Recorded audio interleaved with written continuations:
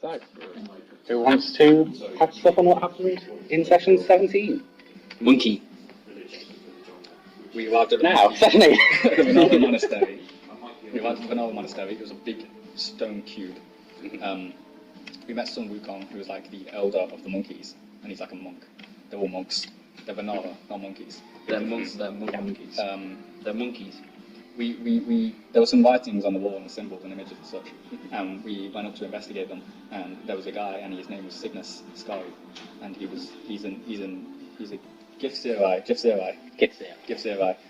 from another plane of existence. And he said he came here to Theia, the material plane, to because he's like, well, he's like a criminal or something. He's like technically, Yeah. because the people where he's from don't like him because he was investigating Dagon, and they're like, we don't need to investigate Dagon. You're probably like a worshipper of Dagon or something. So he's been exiled to Theia or something like that, and he wants to put a stop to Dagon. Basically, that's his entire life goal.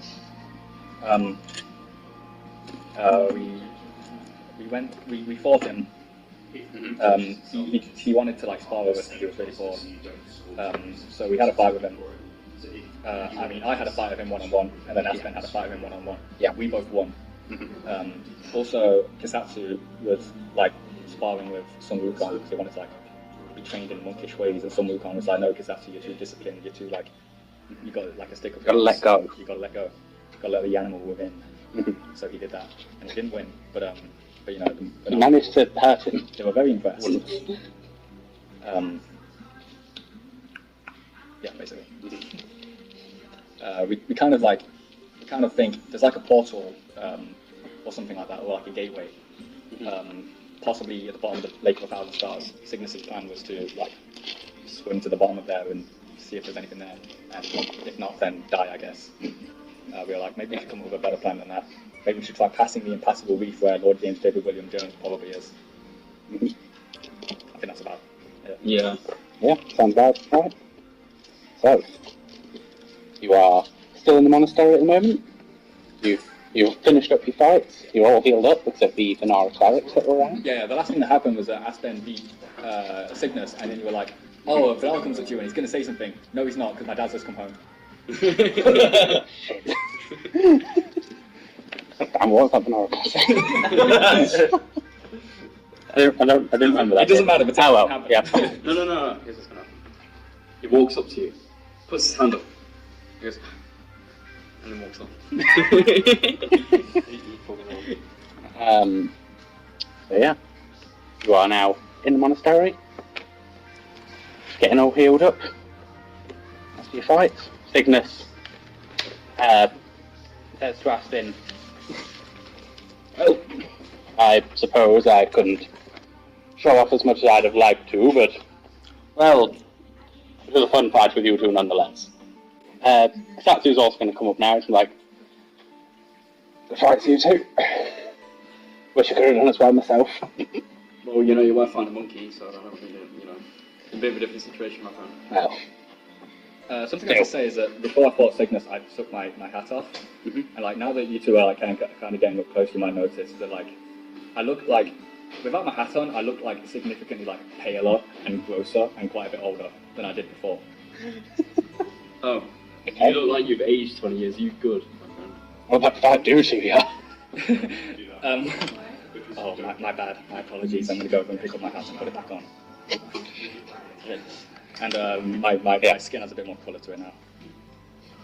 Oh, that hat really complements your appearance. It's an old family secret.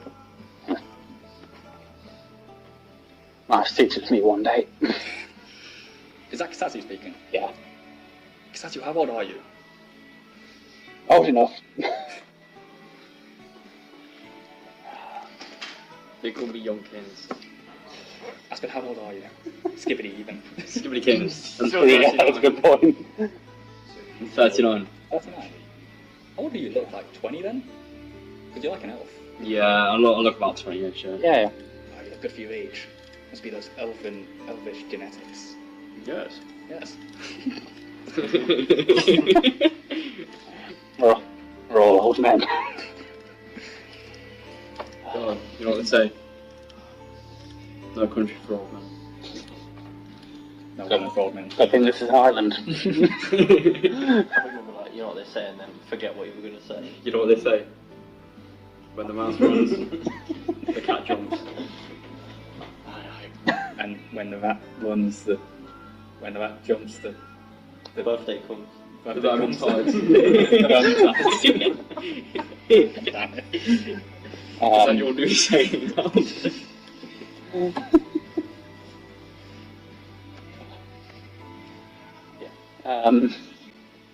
Cygnus is going to say, well, that was exciting. Yes.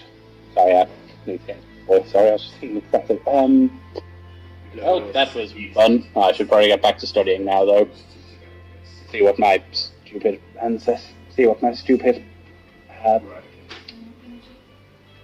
predecessors have done here. Come with us.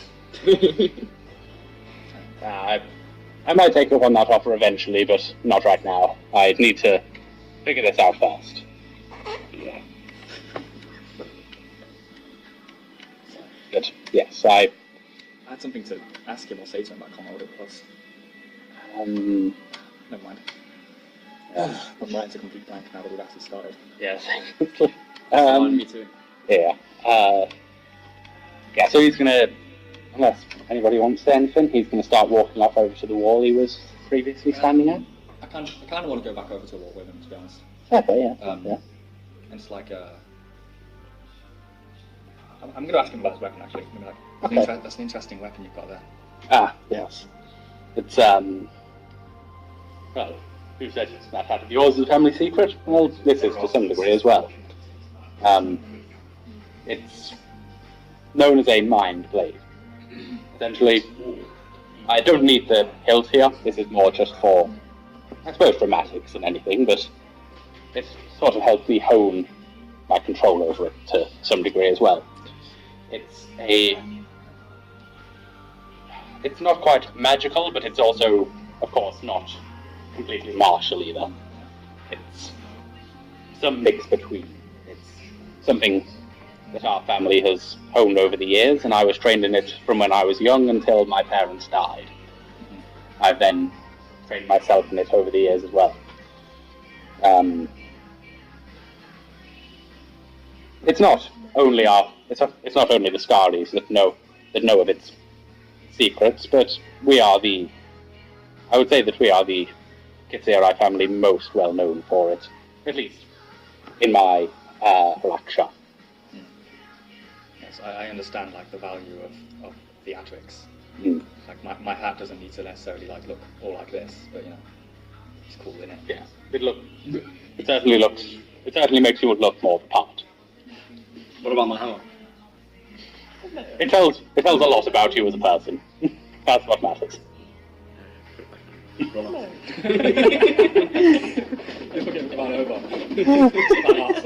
Yeah. Imagine like a little kid like stomping away. Just like. Yeah. And not at all bothering to like make his footsteps quiet. Well, he's got heavy armor. Yeah. Just the juggling His boots of all aren't heavy armor. zeros They're just over- regular boots. Adric took his boots with him. Yeah, that's a good point. I like to imagine his running sounds like this. Yeah, absolutely.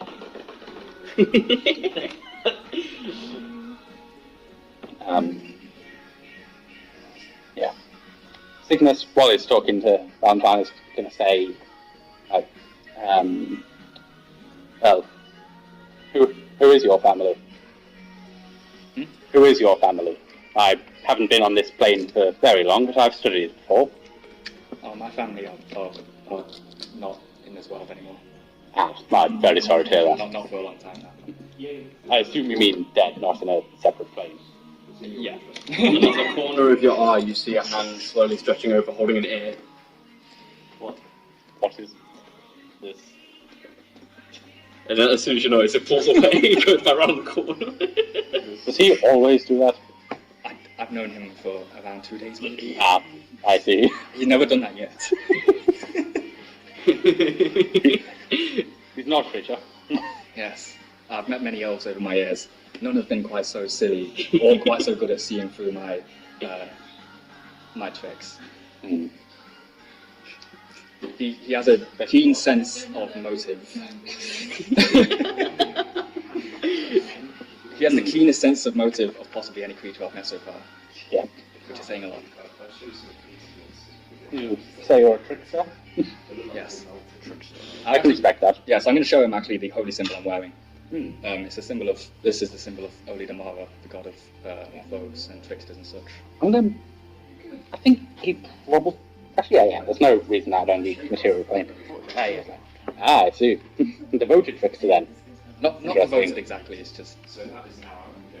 I have respect for the craft. Hmm. Yeah. That's my friend Aspen Canis was telling me about a place called the Fortune Kingdom. And while I don't necessarily believe exactly everything he says about it, I have a lot of respect for the bit. The bit. Yes, I can't say I've come across it in my studies, but, well, there's very many places I haven't come across before. Wait, where's Wukong? Wukong's chatting with, actually, yeah, I'd say Valentine, sorry, Katsu probably walks off a bit. He's probably just talking to some of the other Venara, just casually. At this point, I've approached him and I'm trying to poke his stick. Just poking. Be careful, I'll poke you. Poke your eye out. And I'll pull my hand back. And then it wiggles away down to the side. You want to be careful, Aspen. Losing an eye is nothing to scoff at. Well, I did lose my head once. That was quite scary. Oh, I see how it explains the scar. Yeah. I got chopped off. Yeah. So I was going to say, it was mostly chopped brutal. He had to be revived. It was all a bit of fun in the end. When was this? We went to be the magnificent, gracious saviors of an elven forest, and we did nothing bad there while we were there. And it's actually really fun over there, actually. And Listen, I'm no... before we went there, listen, shush. Before we went there, we went to this village, and to gain the trust of the lizard people there, which is the lizard people village, to gain the trust, we participated in these battles. And there's this guy called Samadhi, and he has a funny voice, and he watched me get my head chopped off, and then he healed me. But it was all for a bit of fun. Was Captain Seagreen there? Yes, Was he good? he was. Well, He was that's pretty absolutely good fighting, really. Tekken technical. Good man. Oh yeah, I was going to He ask had him... rather odd fighting. He had a rather odd fighting style, but it works. Wait, I was going to ask you something just then. Something about shit. It was something that actually would have caught my character's interest, and I was going to ask about it, and I've forgotten what it was. Shit. Fuck. Shit. Fuck. God. Fuck. Shit. So just to recap the conversation, we went over to save the village gracefully. Oh yes, I was going to say. There we go. Listen, Aspen. I'm no saint. You can be honest with me. What really happened there? Well, we saved the day. How did you save the day? And What were you saving? and the day I didn't kick someone's head off a roof. from? What were you saving the day from? So Who were you saving? We were saving the people that live there from other people that live there. This is the lizard village, right? No, this is the elven village. Edelwine. Yes, Edelwine. Okay. Yeah. Aspen, I have a feeling that he's probably not going to care too much. Do we just tell him? I kicked someone's head off a roof. Well, that's probably not what we should start with. Oh, and the entire village got burned down as well. Look, let's just... we can at least spin it in a positive way. While those things did happen, we stopped racism. Very noble. Essentially, in Edelwine, there was two major groups of people living there. The High Elves, the main city, and the Wood Elves in the outskirts. So the rich The Wood Elves were getting... the northern The Wood Elves were getting somewhat struggling for any worse, like, Jesus Christ. Discriminated. Discriminated against. And Yeah, so we sent a dragon Oh man, to I hate take out the A heart. dragon? We sent a dragon. There's a dragon on this island? Yeah, we're friends with yes. Her name is Marie. She lives in the mountains. it. She lives in a cave that lights up when you go in the cave. What I've like heard, like, I was around like Port Arthur around that time, wasn't I? Yeah, you would have been around. Yeah, could I have, Port like- Arthur area. Because You- in the immediate aftermath of the war, you like described it like it like sent me Marie's appearance kind of like, you know, all life on the island kind of like went quiet. You know what I mean? Yeah, I'll say So would I have that noticed anything? you probably would have heard I would have heard like incredibly loud like roar that she let out. explains the war that I heard. Just make a spot check real quick, retroactively. Okay, right. Hang on. Why are you stroking your phone case? I was thinking if it would stick 17. in place. 17. I broke it. I'll say you probably did like. You did probably notice. You probably didn't like recognize exactly what it was, but you definitely saw at the same That same explains time the you shadow saw I a saw in roar. the sky. Yeah, you saw like. Obviously, like with things in the sky, it's kind of hard to tell how big they are or how close they are. You saw something that looked rather large and rather far away in the sky at the same time as the roar. This island gets more and more interesting the longer I stay here. Yeah, Marie's Yeah. kind of our best mate. How did that happen? We went for drinks together one night.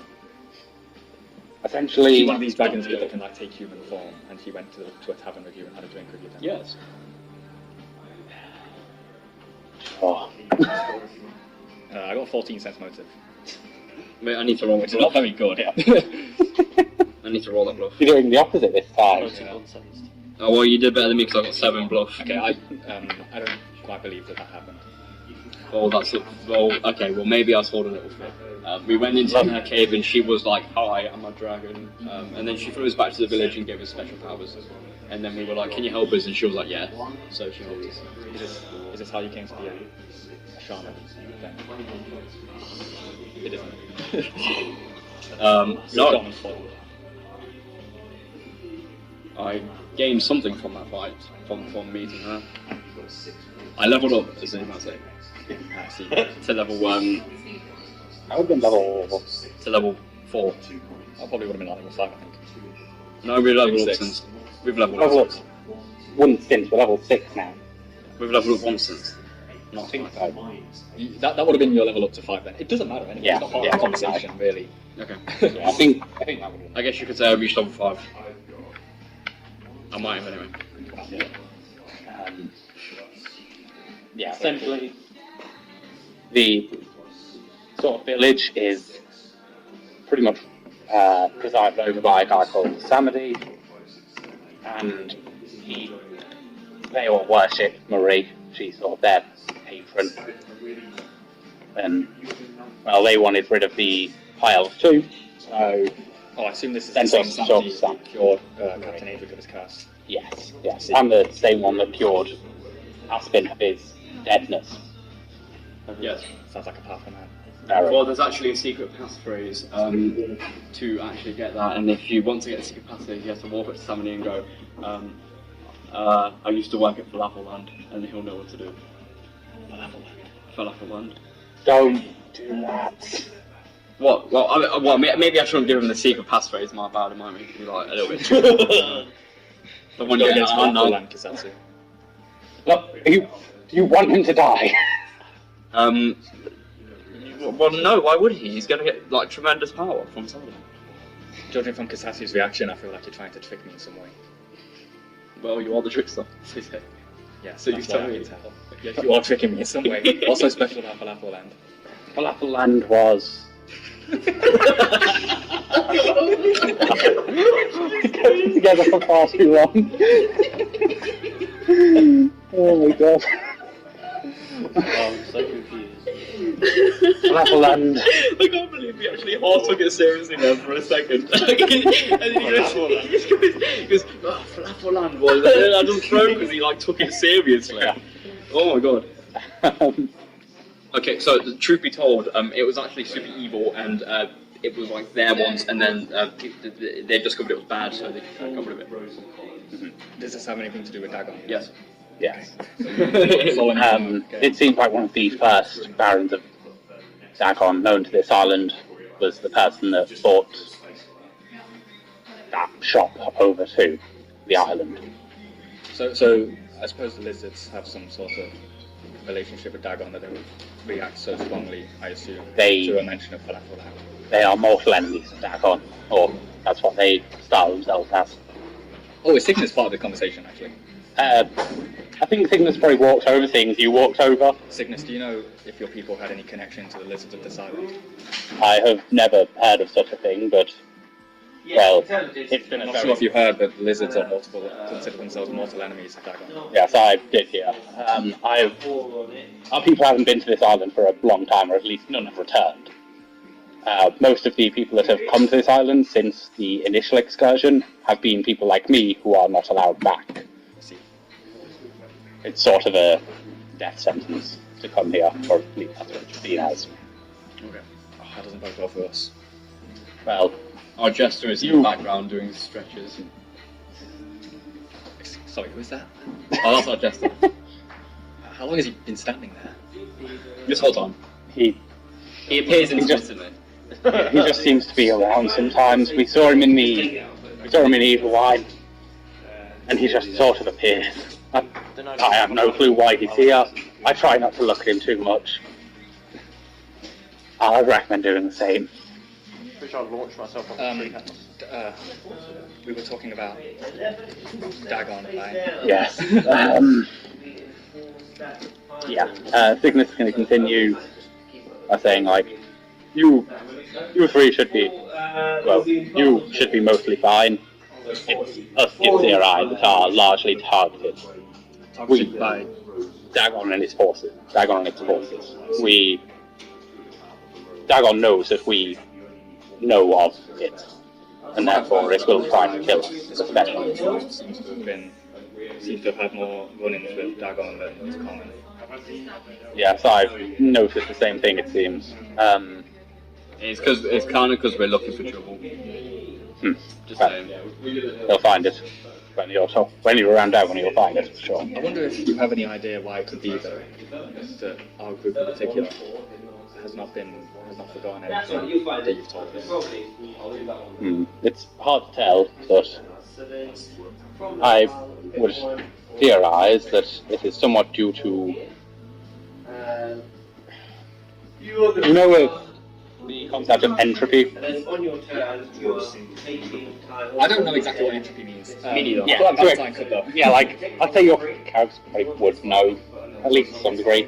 It's sort of like chaos to the, like, a form of chaos where, like, eventually all will decay to nothing. It's the idea that all will decay to nothing.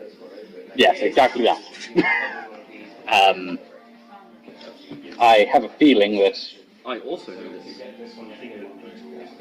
Aspin knows a lot about words and stuff at the very least, so you probably would.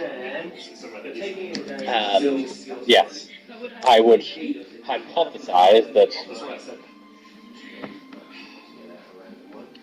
it's a form of just mental decay that goes around Dagon.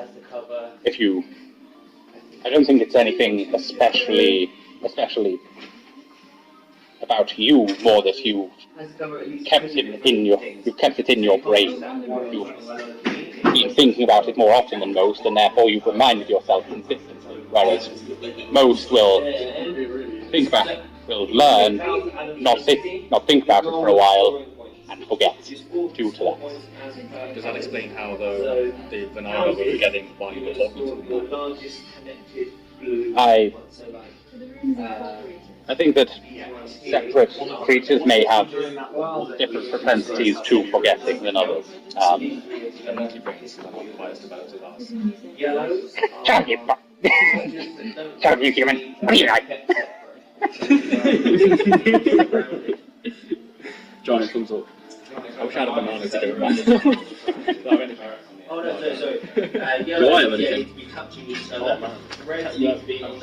I find a banana, like, nearby?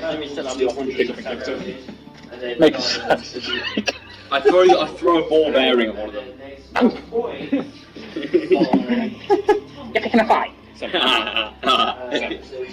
you want to pick a fight? Come Come on. I don't want to pick a fight. You should pick that ball bearing up and give it back to me. This is the largest group here. Yeah. You don't have to flag missiles. What? You don't have to flag missiles or anything, mate. What? So I can't catch it? Can I not perform Make dexterity? a reflex check. Make a reflex save. yeah. I'm on a 7 for surf, I assume I don't find it. Not one that not the not one that's I got not running 6. anything. You kind of want to score a goal on all of them. Their friends will be. I meant to. Also, it just goes like This friend is touching the air. go like axolotl reactions. A lot of the monkeys start laughing. You see me lay on the floor with birds flying above my head. Little ball bearings. Well, I got a 6. Yeah, yeah.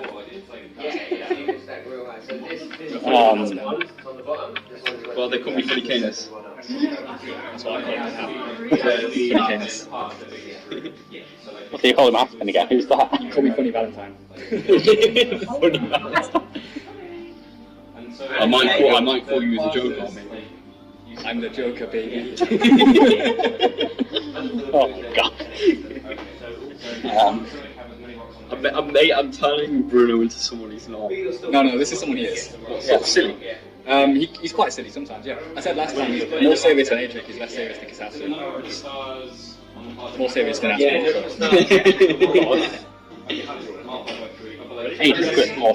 Adric is more serious than Aspen. Yeah. Unless he was given a political speech. Unless Aspen was given a political speech, Yeah. then The whole time I had a comically exaggerated smile on my face as I was talking, and that's speech, by the way. Like Erwin from Second Life. Yeah.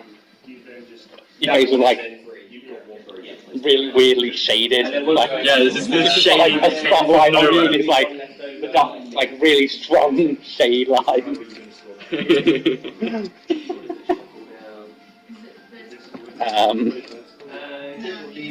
Yeah.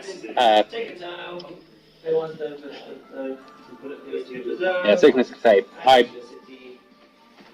I more know about the history of Dagon and its effect on the astral planes and such than its effects on the creatures of the material plane here.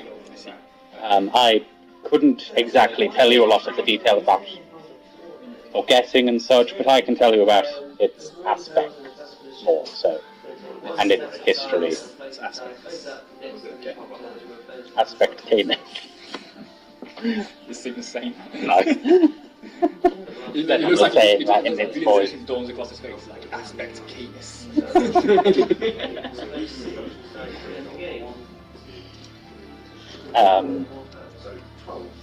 Yeah.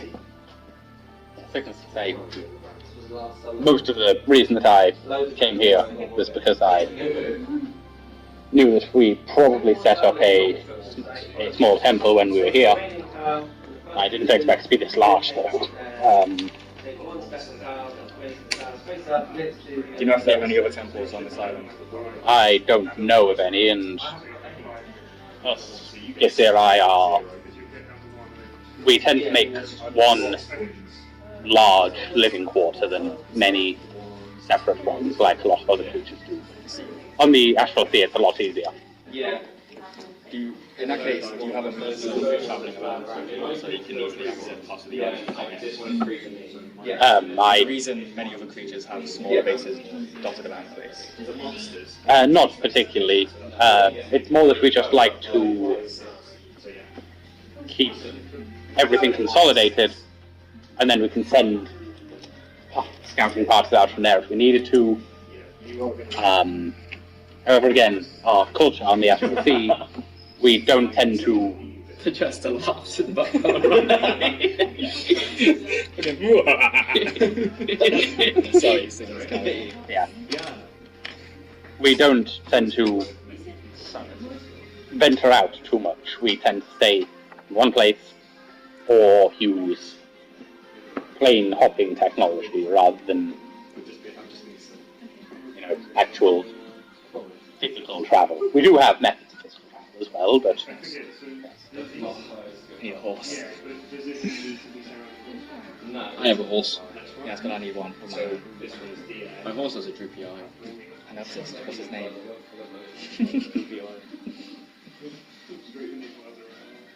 He looked at me and then caught me off guard. I knew you couldn't remember it. It was Tom York for a bit. And then it was something Jujutsu Kaisen related, I think. I'm just gonna settle on Tom York. Okay, Tom It's York. easy to remember. Yeah. His name is Tom York. It's a good name. It's like that one bar. Yes. That's how it's because he has the same droopy eyes. I'm named after. My favourite bar. The idea of some real bigger bars. There's also One Piece. Yeah. What do you mean One Piece? Yeah, we established One there's a Piece comic is called canon. One Piece and a stage play based on it. But I was like, what? The One Piece? Yes. Yeah, One Piece. the One Piece. The One Piece. But the actual One It's a Piece. comic that that did not- as well, yeah. Not like the item, the One Piece, but No, the okay. franchise exists within The One Piece. this world. There goes the famous saying: "The One Piece is factual." The One Piece, that's factual.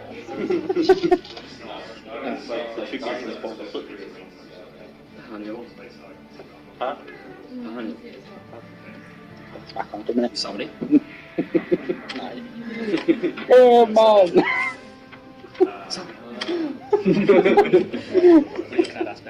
I had a voice from above. Whose voice? Somebody. Come on. What was he saying, Aspen? Come on. Is that all he said? Yeah.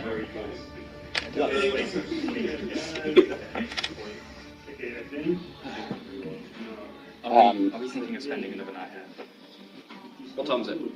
I was about to say, it's probably still pretty early. It's probably like 11.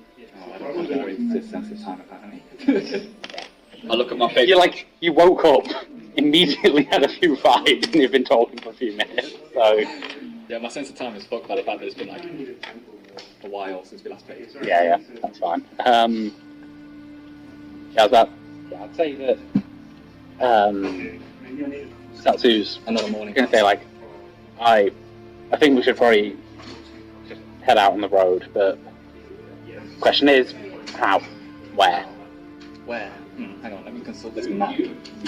Maybe the reef. The reef, because the reef. Well, our goal is to pass the impassable reef now. Yeah. What is this? What is this little dragon? Is that Marie? It is, yes. Oh, I see. There's a legend down there. I guess that makes two legends in the room. This is the first time Valentine has looked at his map. So I guess that makes there's two legends in the room and I flex. Wait. Wait. That's to explain the map to Valentine, what everything is. Okay. Make sure to mention we don't really know what that is. We haven't been there. Oh, Goldville. Sounds like a place where dwarves live. It sounds like a place where there's lots of Quite gold. possibly. Who's Gareth? Oh, he was like some weird necromancer farmer guy. He looked like he was. I mean, he scared me a bit, but like he looked kind of strong. But then we whooped him. Yeah, I mean, necromancers are kind of not very physically gifted. He seems to have links to the knolls of the island, but He opened his chest. What? That's what he did, didn't it? When he scared us. what? When Gareth scared us. When he used his scare ability and scared us. Me and Adric. He didn't scare Katsu, but he scared me and Adric. He put fear into us. He didn't open any chest. No. He's like something came out of his chest. Gassy, smoky thing. We need to restore session 6 so we can find out. Yeah, I think like it just there was just like a plume of smoke around. Like it looked like there was a plume like We smoke around. Not smoky. He's like a scary, spooky kind of man. He sounds like my kind of person. I assume he's dead now, though. Spooky, scary, smoking. Yes. We killed him. Very Well, violent team we are. he was a necromancer. Who knows? True. No, you can't be that good of a necromancer if you don't provide himself. You know what I always say? Who was it?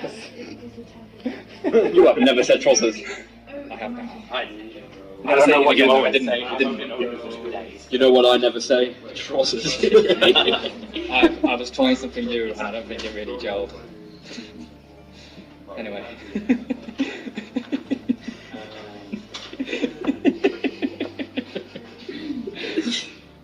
so. Satsu's gonna say like, so we'll read. This is our main goal What's that for little now. box with legs? It's the hut. What? Oh, yeah. Someone. We know that there seems to It's be in the some legend. kind of. Yeah. That's my face down there. What? And then the legend. The jester, Legend of Elliot and Matt the jester thinks he's a legend now. I could get used to having a jester. Yeah. Pick up the jester and throw him across the room. There's only one. There's only enough. Wait, I thought Elliot regained his sanity when we last met him. He's lost it. Hear him laughing on the other side of the room. Now that I've thrown him. He regained sanity for like 10 minutes at a Who time. cast hideous laughter on him? Is it Tasha's No one hideous did. laughter? No one did. No one He was did. just like that. He was just Because he kept laughing whenever like Zen would like say anything, so we joked about him being like a jester in the corner of the room, like an insane jester laughing in the corner of the room. A joke perhaps. Perhaps a jonker, if you're. I think you cast Bless on him. Yeah, and it killed him. Yeah. But I Bless cast has Doom. worn off. And then I cast Doom. And then I'm pretty sure I threw myself off of a treehouse. You did. You're like, I've got to see my family, and then you jump down. And The moment you cast Doom on him, he does the speak from the Star of Watchmen. Man goes to doctor. Says he's depressed. Life seems harsh and cruel. Says he feels all alone in threatening world. Doctor says treatment is simple. The great clown, Pagliacci, is in town. Go see him. That should pick you up. Man bursts into tears. But doctor, he says, I am Pagliacci. What? I've not heard that speech. It's like, depressed man goes into like the therapist's office. I've been feeling really down recently. Oh, You know what? I'll I can't- edit this into the recording. yeah, The speech. nice. I can't. I've been thinking really dark thoughts recently. Therapist says, "Oh, great clowns in town, Pagliacci." Oh my god, that's on Watchmen? Yeah, it is. It's like the very Star of Watchmen. I've been having sweet It's thoughts like, lately. and then the The dogs are like, I'm Pagliacci. yeah, he's just like, Doctor, I am Pagliacci. Pagliacci. Yeah, the clown. Yeah, the great clown. Yeah, that's what the Mad Jester says. Wow, okay. Now we know his name. Out of nowhere. Pagliacci. You've got to change No, his name to Elliot. Elliot. Okay, well, he's Elliot. We've already established The it. doctor, I am Elliot. Yeah. Alright, anyway, what were we doing? We were consulting the map.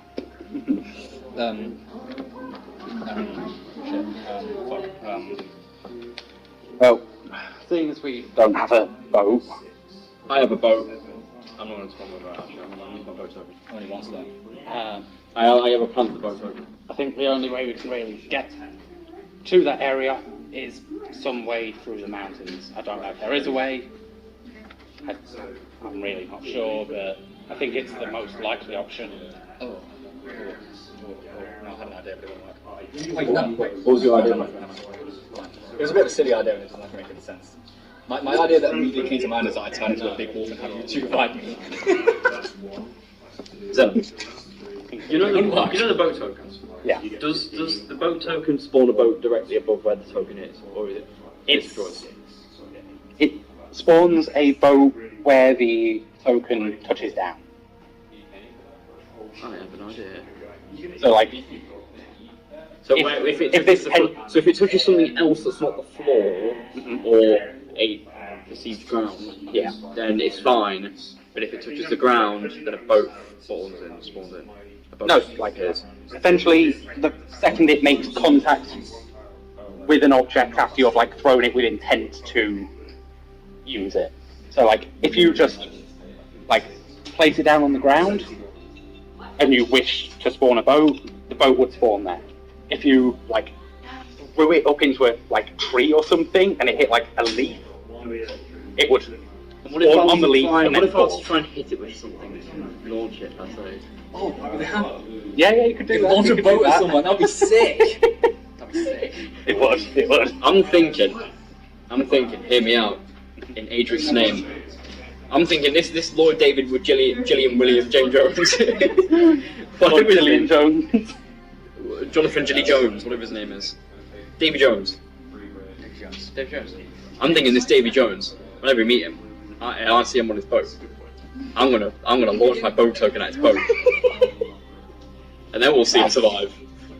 In Adric's name. Interesting plan. In Adric's name, where did you get that token from? He gave it to me. He gave it to you. Gave it to me as a passing gift. How'd that go with him? He once crushed somebody with a boat. I think He didn't. No, he didn't. Didn't he ever spawn one in? He said that's what he wanted to do. I spawned one in so we could sail across up like a river. Yeah, we never actually pushed anyone with it. Sugar It was Theseus my never Sugar Theseus happened. technique, yeah. Well, I have been given his one-time use. Oh my God. Shiver Theseus. Theseus. Shiver Theseus. It's been why. The man who's studied Does Theseus exist in this world? Polarian history, you would know of Theseus. I know what Theseus You would know. I also know of a guy called Theseus. No, it's one word. Shiver Theseus. Maybe Captain Adric lied to you. He never elaborated. I just assumed it's one word. It's kind of what it sounded like. And I don't know who this Theseus guy is, but. I know of the story of the ship of Theseus. I also know of a guy who called himself Theseus, who, What actually is the ship of Theseus? it's basically the idea that, this ship, over time has like all its parts replaced and changed, and eventually the question at the end is it the same ship as it was before? So it's kind of like almost like a little bit like this party in a way, almost to a degree. In a way, if Well, getting replaced. if Cygnus was to join us and Ewan and Kisatu were to leave, and me and Cygnus continued on the flight, would it be the same party? No, it wouldn't. Not in that case. But And if would I it be the same three people playing the game? and if I launched both of Davy Jones, would it be the same boat? Would it be the same boat that Adric sailed that one time? Or it's one from a different token, didn't it? So the boat token. If I launched my boat at his boat and replaced his boat with my boat. He just hit the boat so hard. The boat like breaks apart, and there's just another boat. Imagine the boat flies at the boat and knocks the boat out from all the people standing on it, and the people are standing in the new one. Is that kind of like how this works? You know what? I would love to find out eventually when we meet him. Oh no, really? Why are we planning fighting Davy Jones? I thought we were looking for him to return to his dad. Apparently he's evil now, or something. Maybe. We'll have to Right, we find know out. it's a pirate, but apart from that, Pirates aren't necessarily evil, okay? From what I've heard of Adric, he was a very outstanding man. well, upstanding's a strong word for it, but You sound like certainly a tries to very do the member. right thing sometimes. I will say this: he tried to sell a goat named Jesus to a priest, and when the priest didn't like what he did, he blasted his kneecaps with a crowbar. I would say the priest deserved it. What? I'm not a fan of priests. What about that priest is now? You met him in Adric's last session. We went to the church in Port Arthur and saw him giving a sermon. True. So yeah. Yeah. Actually, that was a good point, yeah. I forgot about that. Trouble. Tosses. Okay, I am going to prepare to go to these mountains, and I'm going to walk out. I'd really like a horse or some kind of steed. Actually, it might be easier for me to transform into like an animal and like walk that way. Never mind. We could always try and stop. We could always try and go back to Fort Folkestone, ride horse. I think that would be worthwhile. Yes. Yes. It's not that far of a walk. Wait, if we could have bought a horse on Fort Folkestone, why didn't we do that before? Instead, we came up like, oh, I'm going to ride on the one of Aspen. It never occurred to me that they might sell horses there. Because last time we went to the farm village together, I think. Okay, where are we actually going on this map? We're trying to figure that out. So, our goal is up there. We are currently there. Main issues with that are obviously the mountains, the fact that much of this is entirely uncharted land, which is clear on the actual map. Like, all of this is like clear forest lines and stuff. This is just basically just a big patch of green, and no one really knows the details. And of course, Lake Thousand Stars. We don't know how dangerous that is to be near, but Listen, Aspen, I know. And we're trying to get up there. I know you were Yes. looking to go near the thing Fine, without moving on, we're trying to go there. but it seems like. Please don't say you broke. It seems like It's destroyed. it's fine. It seems like the best course of action. I'm sure it's not that dangerous if you don't go too close to it. Like this is a much in real life this is a much wider scale than it looks. Yeah, that's. I'm sure if we kept it closer to like this kind of swamp area here, or like this river even, that's what this is. So if we kept closer to this river, we would probably be fine. We should be safe enough. Yes. Perhaps we.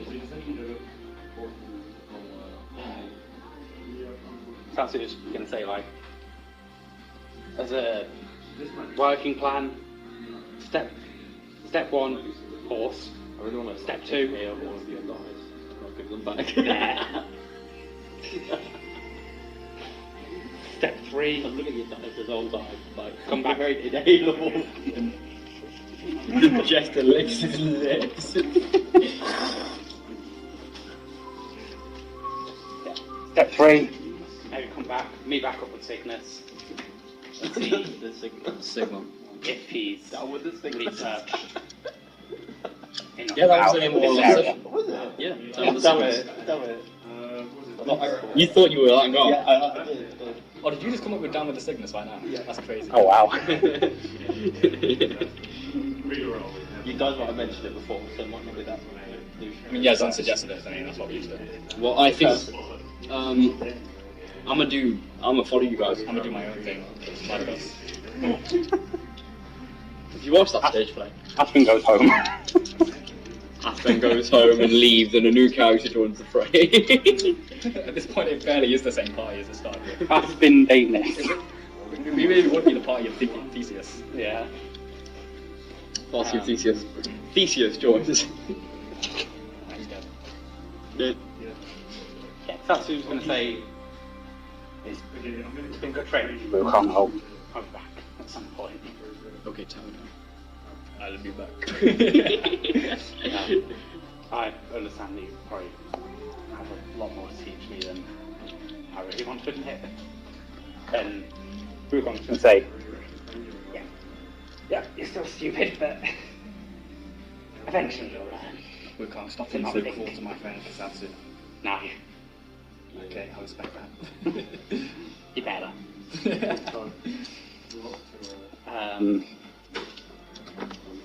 Cygnus going to say, well, if you feel free heading out, I'll get back to my work here. And I hope to see you safe again soon. All three of you. Looking back for you, Cygnus. Yes. Don't worry, I'll stay around here. Or at the very least, I'll be in a place you can find me. Yes, you have said that you give Zero are very reluctant to go anywhere or do anything. Yes. I give him the ball bearing as a passing gift. He throws it around his hand a bit and is like, I'll keep this safe. That's been in my pocket this whole time. And then on my head. I'll treasure it. He puts it in one of his coat pockets. Oh yeah. Where did you get that from? Can't remember. Genuinely. I don't know Well, where the ball bearing was. it was one of the pugilists. You remember Pugilius who had the steel Oh, balls? yeah. Oh, did It was you one of like... his balls. Oh, he's actually nuts at. Oh, I love someone's nuts at someone's head. Did you like dissect his What? I think Cygnus is now holding a ball that actually doesn't know.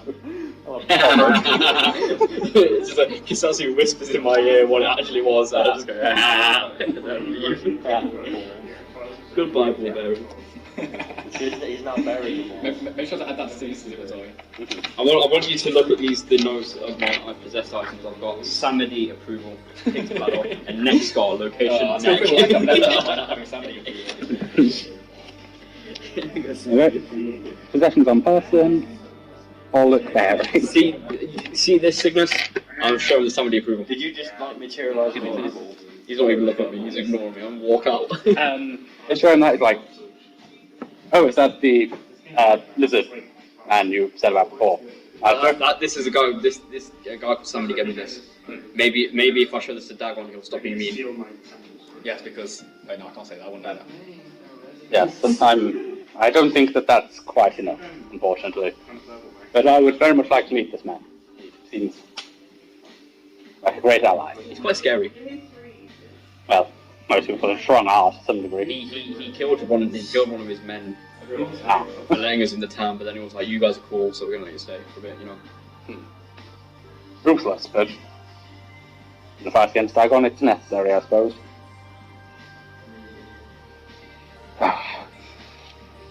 me and Bruno just go, just look at each other. See, there's things I want to say, but I wasn't there for that, so I should say it. Bruno has a voice in his head talking to him. Intrusive force.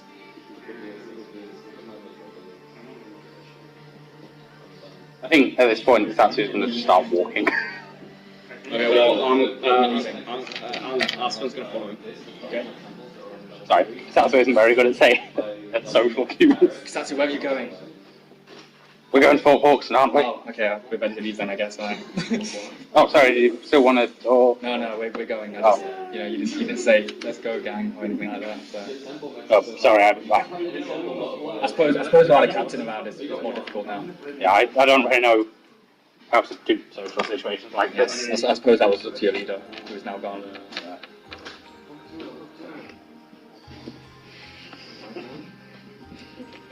Mr. Captain. Satsu jumps on Kage. Oh yeah, that was a boss. Yeah. I jump on Tom York's back and start riding him. You wish. You know, for the journey. No. Journey? Okay. No. I'm gonna. If Aspen will let me climb onto Tom York's back with him, like we did on the way down. We're both going to ride Tom York. Cool. Satsu's also going to switch back to his human form now, because he is going into a human village. Cool. I forgot he wasn't new before.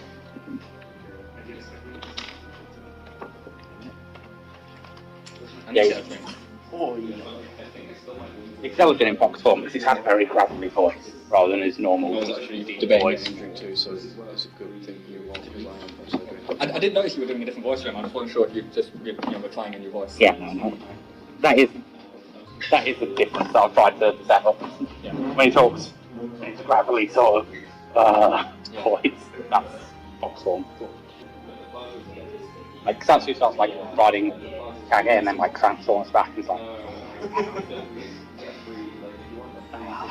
There we go. Like it's more comfortable for him to be in human form. It's more. He's just like he himself is more comfortable in it. He's less stressed. Okay. Seems like it's just like. Yeah. He's more comfortable in that form.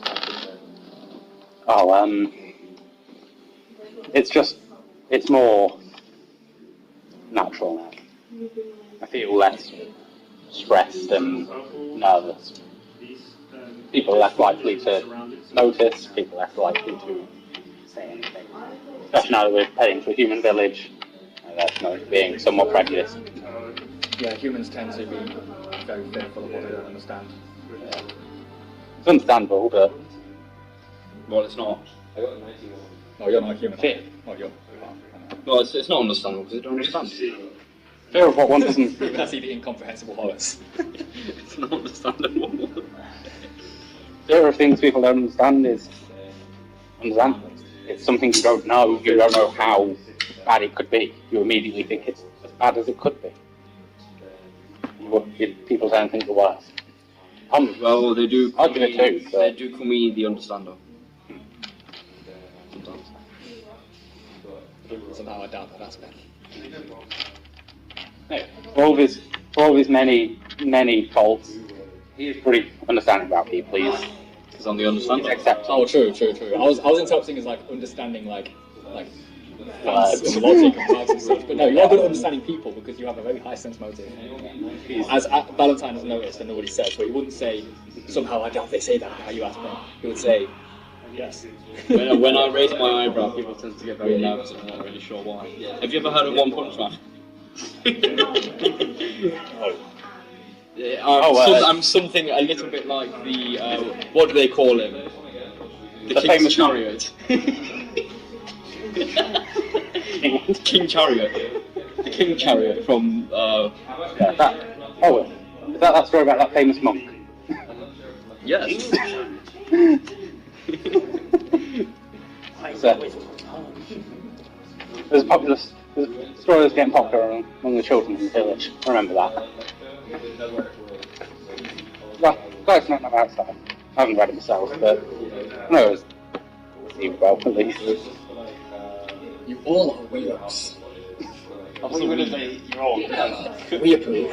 People who are overly passionate about Rokugan culture. I'm from Rokugan. I'm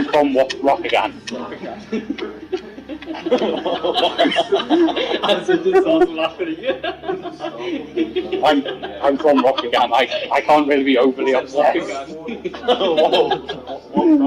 know Aspen. That does make it sound very racist. Right. Well, let's walk up to 4 Fox. That's why it's 4 Fox then. Come on. Why? Here's the map. What do we? Actually, included it all. Yeah, for a few hours you get to the walls again. And this time there is like a couple of guards and they're like, stay your business. All these wars, it's just like that comic Attack on Titan. I don't actually say that. I just wanted to make a reference. My business. Our business is your business, actually. Yes. Our business is to come here to buy horse. We need a horse, as you can see I'm sharing right now. And perhaps a boat. Commerce.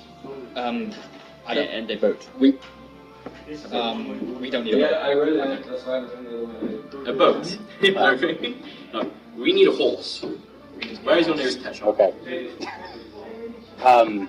If you require a horse, I will ask you, do you have any identification, any documentation that you are citizens of the area? I pull up my summary approval. For that, it's like, it says, I don't recognise that chicken scratch. I do in fact have proof of my business in this area. It's right here. I'm having 2 gold pieces. Okay, so they just like threw it in, I guess? It's a 10. 10 gold pieces. Okay, I'm going to take my 2 gold pieces back. Okay, hang on. Hang on a second. The security was not this tight last time I was there. Has something happened? Last time you were here? Yes, I was here not too long ago and I was let in. How did you arrive? How did I arrive? I walked. Remind you that when he walked here, he got turned away. No, when he walked to Baltimore, he got turned away. Oh, true. Yeah, that's your point, yeah. He never got to Hawkston. No, he didn't. He's lying right now. Okay, fair play, yeah. I was also here, actually, with him. Because it occurred to me that like smuggling ourselves on a boat was not legal, which I did not realise. I also walked here with him, and we walked up to the guards, and they were Listen, like, all I want is hey! a horse so I can go away from here. Guys can make a sense mode check. Okay, It's probably useless. I'm gonna make a fucking bluff check. Hang on. He's bluffing it. Oh yeah, baby, 29. Well, that beats 16. 16 is good as well. Yeah. 14 plus 2. Says, whereabouts was this? This would have been about 2 days ago. Yes, yeah. I'll have to bring that up. Oh shit. Seems to have been a bit lax, but That's you. that's you. Well, I can see you telling the truth. Well, you didn't cause any harm that time. I'll allow you to go. I'll allow you past. Thank you. Don't cause any trouble. If you're causing any trouble, we will hunt you down. Trouble is the last thing I would want to cause. Okay. They call me Troubleless Kings. I'll tell you, last time we were here, we were enjoying a drink in a tavern and a tree sprouted out of nowhere. It was very upsetting. Oh, I think I heard of that, but investigation went nowhere as far as I know. I don't know. Anyway, The tree was apparently quite handsome, actually. yeah, it was a good tree, I'll say that. Could you point us toward... Could you point us toward the horse He's got and you get one. on our business and get out of here quickly? The stables are just going to like to a section that's like pretty close to the main gates. Yeah, like it's pretty visible. It's just like a. It kind of looks like it's a stone building sort of built into the side of the wall. Okay. Right, just go over there. Assuming we have any horses to give out to people at the moment, you'll find them. Okay, thank you for being so understanding of our Quite, plans. quite alright. Now, just Let's get on to that. Let's go to the stable. as you're walking over to the stable, you can see there is actually quite a large contingent of guards over there. Total of. Give me a moment.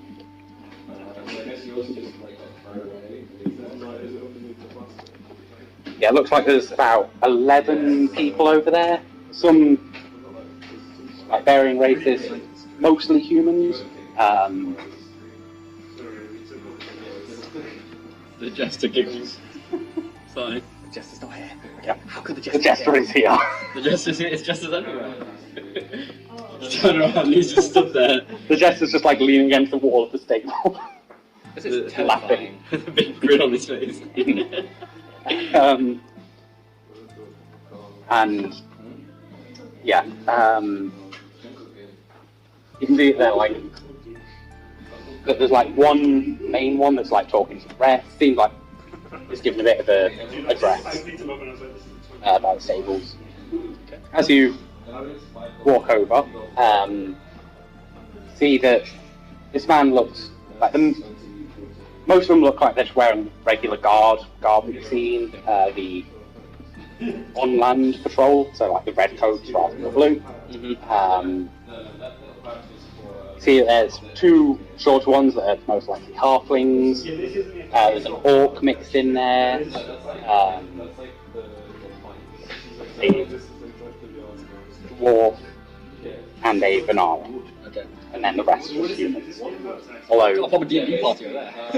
the leader, it's sort of hard to tell what race they are, seeing as they are wearing they're fully geared up. They're covered with what looks like a metal mask. Okay. And they have like kind of a very odd looking helmet. It seems like come up to a bit of a point.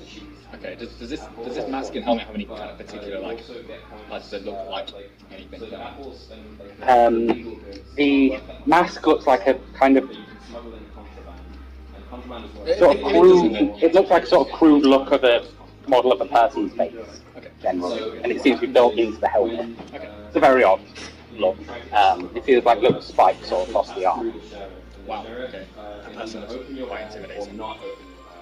Yeah, I Also, not too Not hopeful really, about yeah. chances of getting a horse. They're probably going to get them out. I wouldn't know. Mostly. They don't like quickly. as you walk over, you can hear. He seems to just be giving a general address, and you hear him saying something like, trying to think what it says.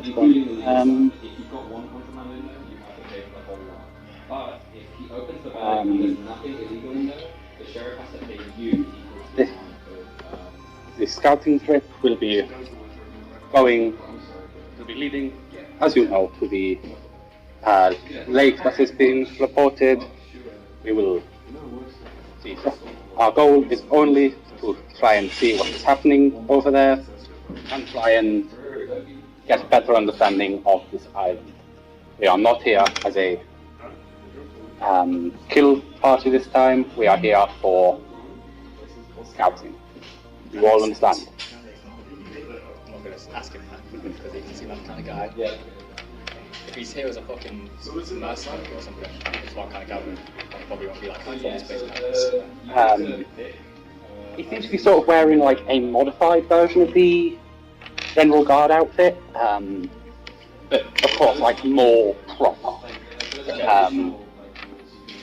It seems like it's sort of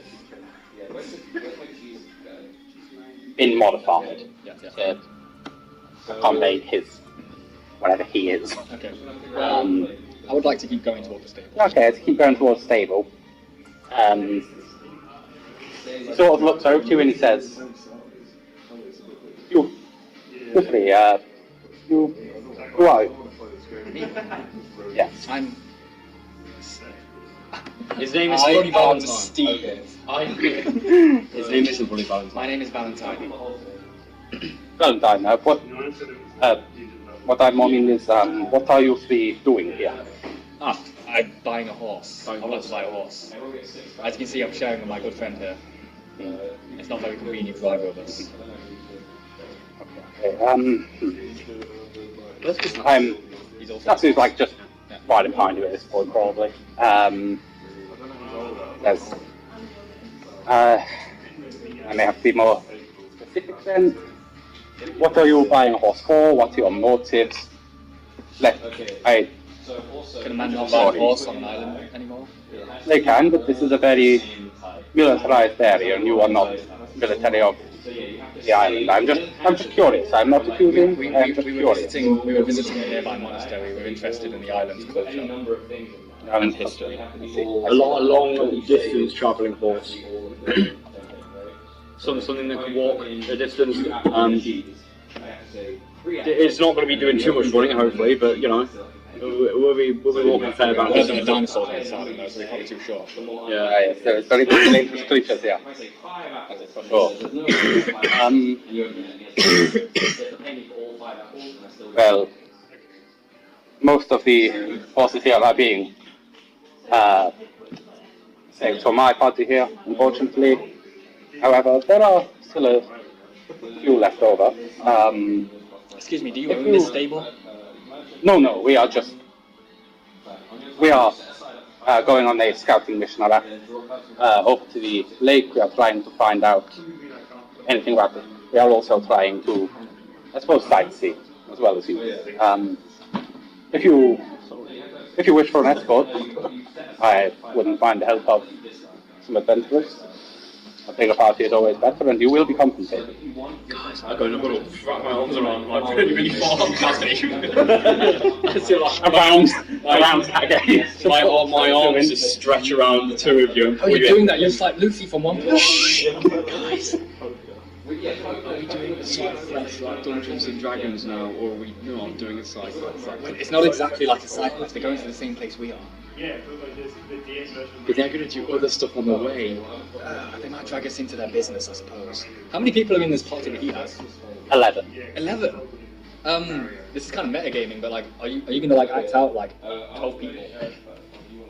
To obviously, this is messed up, but what's going to happen is essentially the captain is going to be sort of an NPC that's fighting with you. The rest are going to be like more amorphous. They're all going to get turned at the same time, basically, and essentially just do one big attack all at the same time. I'm going to make it not tedious. Don't worry. You know that one if you do choose this, where it's like a bunch of like VR gnomes. No, not gnomes. The VR dwarves. And the thing is it's like Bria. I do not know of this. No. You don't want to talk to you. The German thing you did. I think so, yeah. Where it's like, this is the meaning of Bria. And then there's like a line of things that it could be. I'm surprised you not recognize me. I'm Captain Penn. Captain Penn? Yes. P-E-N. Where is Pippa? I am. What's the name of it? No, it's supposed to be like Spanish or. I'll tell you the name at another point when I come up with it. He says like, I'm originally from Spain, but obviously this Welsh version of it. But I was recruited to the military of Worcester to look after this island. I see that would be close to deploy, wouldn't it? Yes, it would be quite close. I have a question. Since you are Captain Penn, do you happen to know anybody called Teller?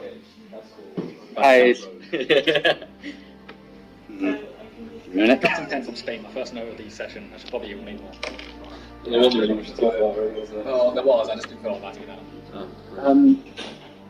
I once did fight alongside a warrior named Teller, but I do not know how he would know of this. Sorry, who's that? He does not know of me. Well, there's these two people called Penn and Teller. I have not heard of these. Well, you are one of them. You're one of them. That is not. Oh, I'm not particularly a duo with a man. Well, my apologies. I stretched out my hand super far to give a handshake. How are you doing that? They are quite odd proportions. I ate a bad mushroom once. And he says like, I would not recommend that, because he like holds out his palm, and it's like, you can see like it's actually like, there's like spikes in some places, but then like also blood. There's like dried blood on his hands as well. It looks like. Captain Penn, are you like famous or something? I haven't heard. He's a bit more famous. Like he's a bit less famous than he thinks he is, but he says I'm like, asking him, not you. yeah, I'm just saying like you haven't heard of him, and you would think like with how he introduced himself, you probably would have heard of him. I haven't heard the name, to be honest. Well, Me neither. I cannot lie. I am a. Yes, you can. I don't want him to know that. I cannot lie. I'm cursed with the ability to never lie. I'm not saying that. He says, like, my reputation does not precede me, I suppose, but I am a holy warrior. I fight for God, and I fight. Yeah. You two find that funny? No. Me and Aspen are laughing. That was me. Yeah, you're a holy warrior. Yeah. I am a holy warrior. I fight on behalf of God, and I fight those who would do harm to all the good creatures of the earth. What God That is my goal. The Christian God. This is the big one. You two. For reasons that I can't exactly disclose, I'm not comfortable with teaming up with this person at this time. Wouldn't it like really benefit as well? I've had run-ins with the church in the past. They're not the biggest fans of people like that. What do you mean people like you? Well, like heretics and such. I think if you found out... You're a heretic? Oh yeah, it's I've done things that some churches wouldn't agree with. You yourself said that you were friends with a man who blew a priest's legs off. Does this guy need to know any of that though? I feel like If we just travel. I feel like he could find out. How? I don't know. It's not like you're gonna like tell him your life story, is it? No, it's not. But I don't feel comfortable around him. Around his people. You don't feel comfortable around his people. I suppose it's wrong of me to come into your party and start making such demands. I'll leave it up to you two. I understand if you don't want I to just want go you with to him. consider my plight. Yeah, don't worry, we'll try and cover for whatever.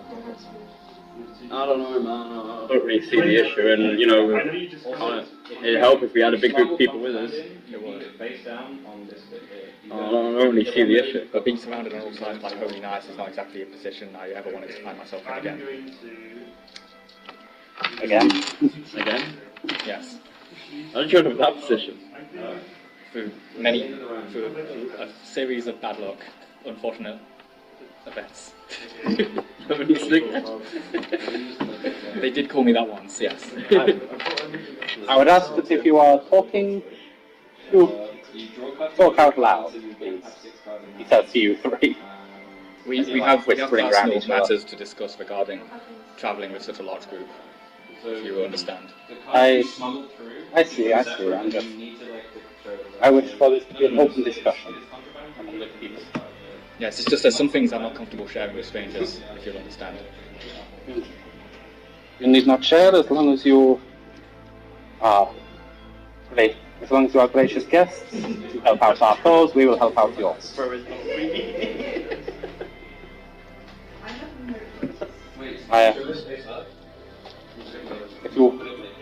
If you fight for our cause, even if only temporarily, you are allies of ours. What exactly is your cause again? Can you shut up, Jester?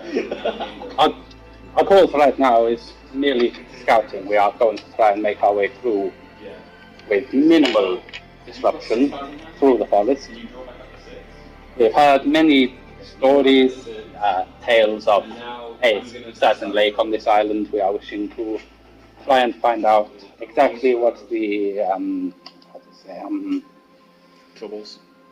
yes, what troubles might occur there. Echo of the waters. Yes. See, I suppose you two. It's a dangerous mission we're going on. There's some compromises to be expected.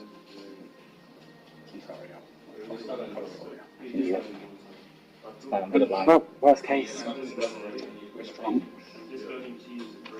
Worst case scenario, I am Skibby Caners. That man does have a lot of blood on his hands, by the looks of things. We also have a lot of blood on our hands, metaphorically speaking. Yeah. You can tell, like, it isn't a great model I've made, but it's good enough to sort of give you an idea. Have you? I bet you didn't take a screenshot of it, did you? Oh, good. Awesome. Oh, he looks pretty cool, actually. That's not what I was expecting. Oh wow. Cool. I like your mask. Thank you. It is counting my pens. You're a bit more nimble looking than I first imagined. Yeah, it's sort of hard to tell, like, with the... Streamlined. Yeah, like, he has, like, very, like, heavy cloth armor on, so it's sort of hard to tell, like, exactly what his musculature is. Yeah, okay. But he does seem like... He seems, like, somewhat long. Yeah, okay. Yeah, and he says, like, yes, it helps when you are someone that travels a lot to not be carrying too much weight at any one time. Yes, of course. The this mask, as you mentioned, is part of my holy penance. My armor is also part of my penance. Whatever that word means. The problem I'm going to face now, like, out of character, the problem I'm going to face is that, like, all the druid abilities that Valentine has come from, like, not the fact he's not trained as a druid, those abilities come from what he is. If I turn into, like, a giant bat, which would be quite helpful, that might look quite suspicious to a holy man, to a paladin, you know what I mean, of the Christian gods. Don't worry, Celtic's got his own issues as well. He's a literal werewolf. Aspen hasn't clocked to any of this, he's just like completely oblivious. Yeah. Aspen has nothing to worry about. Face this kind of discrimination, has he? No. Yeah, No, I'm not saying he this hasn't faced sort. any discrimination, I'm saying not exactly of this kind. Yeah, not based on his powers. Yeah. Yeah. Ken's going to say, if you, the deal I will give you is if you travel with our group, help us on our mission, so if you're on yours, we shall give you due payment for your contributions, and the horse will be of no cost. Well, you two, Statue Aspen, I don't think, I've been in this group long enough to really make any executive decisions. I would think I'll leave this up to you. That's going to say, what do I have to do? Yeah. Actually, that's not the DM talking, that's I mean, I Francis don't know talking, why you just two are not making sure. hesitant, but I'm pretty chill with this. I mean, we've got a big group, you know. We're pretty cool. Yeah. I don't really understand what the issue is. We'll get back. You're the one guy here, Aspen, who can't turn into an animal. Oh. I understand. Pen will take you up on your offer. Consider this. Thank you very much. It's a very gracious offer. Consider this, guys. You don't. I don't have to, yeah, but It's sort of let's just hope whatever trouble we get into, having a party of, like, 15, 14. 14, yeah. Will be enough to handle him without having to turn into an animal. I mean, I do have, I mean, in a lot of ways I am more powerful than man. But it's not just turning into animals, it's generally what magic is kind of like. Yeah, it's fine. Let's see how that goes. We're travelling with you, Pen. Yep. He's going to say, I'm very glad. Can I get your studies names, please? You've already given yours. As Val. Yeah. Yours, sir? Skibidi your other hand. Is your other hand also blue? It is much. Actually, this one probably wouldn't be, actually. It's left hand. It is not great courtesy, but I will shake the hand for you. Does that hurt him? No, this one doesn't seem as spiked or bloody. Okay. This is our Jester, don't mind him. He will reappear somehow. I don't know how, but he will reappear somehow. Is he some form of No, he's just there. Oh. Perhaps you as a paladin of Christ could win this curse. I shall. He walks up I'm to saying that Ellie. kind of very vulnerable. He's going to say, I shall see what I can do. I should have a list of spells he can cast on here. He's going to go over to Elliot the Mad Jester, and he's going to say, he's going to put a hand on his chest, hold out his thorned hand, and he's going to sort of do somatic. He's going to do some somatic components of a spell with his hand, and he's going to say, our relief comes from pain, our relief comes from punishment. Our relief has no forgiveness, our relief has no salvation, hence I'm intoning this song. That is why I believe. And I'm going to just roll to see if this does anything to Okay, it. this is definitely a character you've put some quite planning into. Manifest. Yeah, I mean, I know that not joining him would have been probably disappointing for you. I would have been fine with it. I would have made him turn on eventually, because he is quite cool, I like him. And he is very much based on a different character, but neither of you know that. Yeah. Neither of you know the character. That's fine. It's normal. Roll 72, which is just enough of a random chance for this to have worked.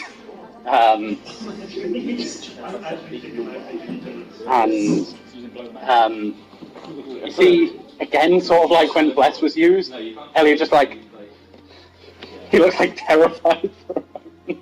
He's oh god, my family. I need to find them. And he just runs off again. I'm free. It's please. I'm very sorry if that's made him any worse than he already was. What an existence. I have no idea what is up with that creature. I wanted to ask some questions. God bless. God bless. Yeah, I got my big hat on. I'm wearing an iPad right now, it's pretty cool. I should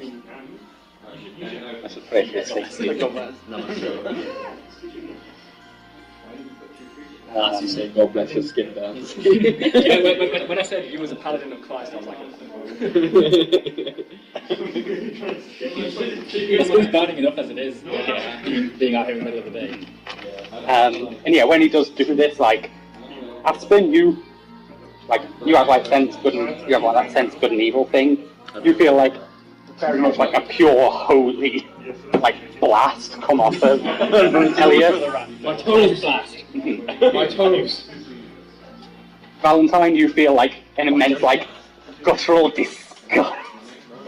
A part of your soul shivers away a bit. My toes feel pretty good right now, guys. Not gonna lie. Mine don't. Friggin' holy blast. My toes are leaking. Your toes are leaking. You should get that looked at. I thought you woke him. Didn't do anything, don't worry. I thought you were like, oh no, I don't know. He was just trapped in this. I said my toes are aching, but the fact that the other one they're leaking something right now is quite funny. It's you just take off your shoes at the end of it, it's some weird black goof. Empty out my shoes. Yeah. This is the part of Valentine now. Yeah, this is his shoes at the end of each day. Maybe your stinky feet are the cause of that one's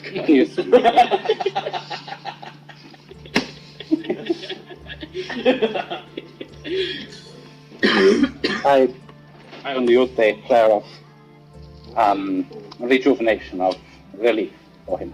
I do not know what that reaction was, but I hope he is. It should have cured him of his madness, but maybe there is more to him. I do not know. You should come back as an actual saint person. He did not say relief. You should join us, Elliot. Yeah. All for that, two for that, two for that.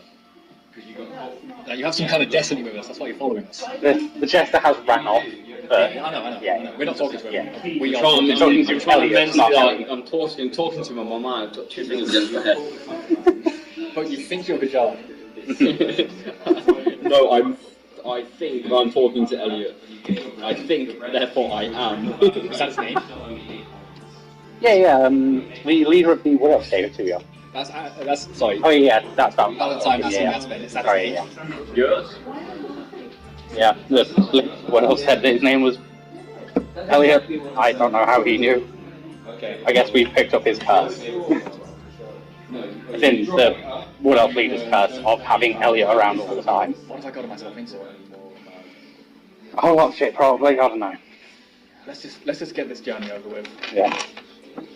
I'm gonna buy a horse. Well, yeah, Penn's like, you can. We will be going into the stables in a moment. You can pick out your horse. Cool. And he Who says, makes you the boss of this stable? Where's the actual owner of this stable? well, the owner is inside, but we have got the contract for the horses. We have already arranged all of this. You've already arranged for 3 extra. Took 1 extra. Well, we can. I am somewhat influential around these parts. I can very easily get another horse. I totally believe you. Yeah. As you enter, I hope I'm not too quiet with this Valentine. I'm not too quiet to be picked up with him. yeah, let's try. Yeah, you notice like for sure, like you kind of get the group a bit better now, and you see that there is 3 humans, all men. They seem like they're just like general guardsmen, whatever. There's 2 orcs, again, look like warriors, and a dwarf warrior as well. Okay. So, sorry, for some reason, when you mentioned orcs, I thought to myself, I'm going to go up to them and do the secret dwarf orc handshake. I'm not sure if that's something Valentine would do, though. That's what you would do. There seems to also be like there's also like a couple of half elves that look like, sorry, not half elves, halflings. They look more like, they look armoured still, but like less fighty. And they seem to be chatting amongst each other a bit. All these people are like soldiers of God. So like, I was about to say these people don't seem to be as much like, they don't seem to have as much holy iconography. I don't imagine them being like of the paladin class. Yeah. But any holy, like, what's the word, like iconography they have on them, is, like they can be a bit like on edge. Yeah. Are there any baddies on the group? Should I say? Are there any what? Romeo, Any baddies? I mean, there's only I haven't one. counted it. I've got to do all the roofs. There is only one female. That's one of the halflings. Yeah, Aspen, given his relationship with Adric, though, Aspen has to be into men there. Yeah, I was about to say, like, if you're into men, Then again, Adric, I'm not even sure what he was. yeah. Oh no, he's not strictly into men. Yeah, he means both, that's what I'm saying. Yeah. So I'm just saying that, like, Yeah, if you- don't know it's an It's bisexual. That opens up don't playing know field. it's He's looking for a wife. He's looking for a wife. Okay, Remember? okay. I don't know that. Yeah, why? And to you was Adric. Yeah, but then Aspen got a little bit jealous. If you remember. Oh. Oh yeah, okay. Well, And then he wanted to look for Prolio. yeah, you're only looking into anti-hero though to make Adric like to cut Adric. Like, if that's not the goal, then like, what is your goal? You know what I mean? Well, he wants a wife. Okay. Okay. If you want a wife, there's nobody here for you. If you want a husband, there's some other suitors.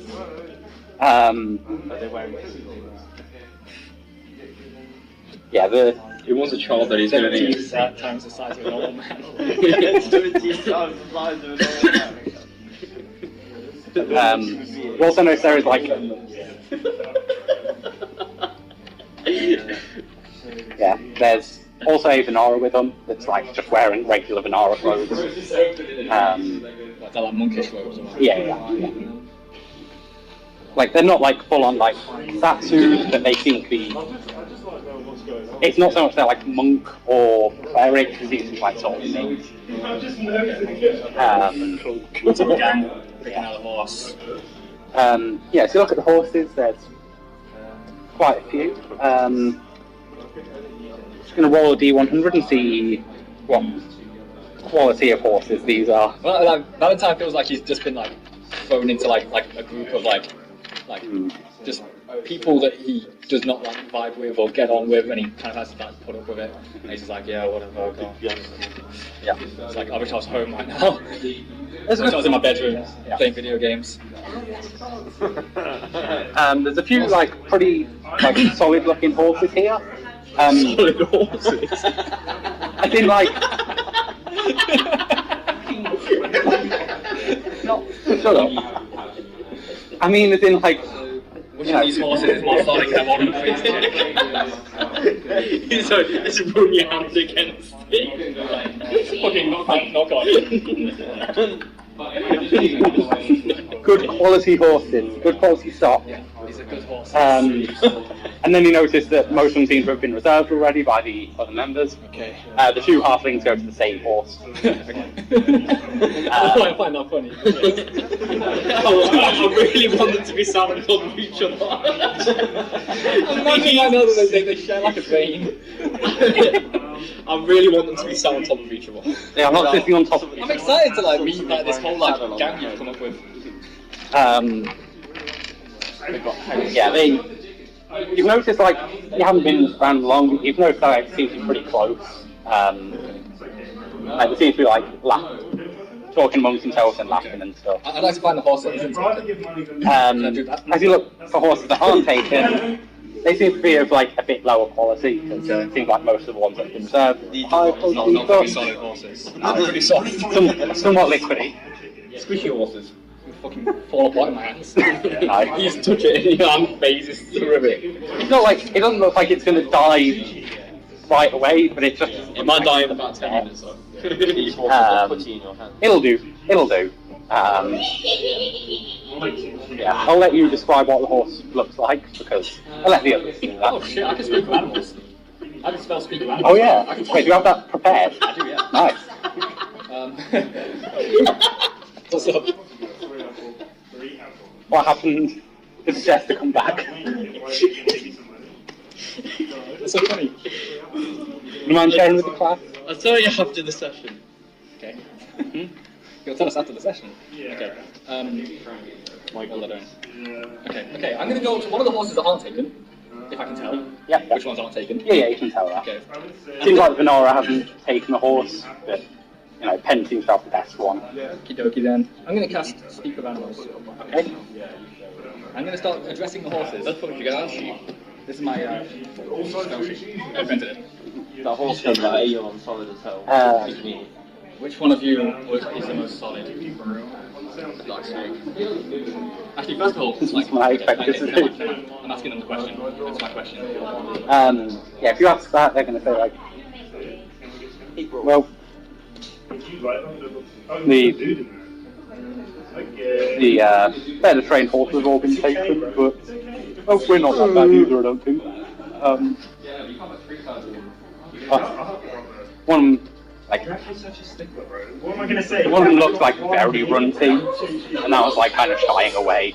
The one that like clearly looks, you know, most high quality is like, I'm probably the best out of us remaining three. What's your name? Do you want me to give you a name? Douglas. What colour is it? It's me, your horse. It's black. Yeah. I expect it so, but yeah. It's black as night. And cold as hell. Yeah. Yeah, he's such a skin, you know, it's very cold for some reason. My name is Vegemite. Just making a joke about his name. His name's Vegemite. Vegemite. Because it's black as hell and it's cold as night. Yeah. It's cold as night. I keep my love all screwed up. Tell me. Take wherever I Is this a reference? Yeah. Tell me. When did you last let your heart decide? Well, I've always been owned by the stables. I've never really had much free will. Is this more stupid? Sorry, It says here stupid. Is he stupid? It says here stupid animals might make inane comments. So that's just something I want you to consider.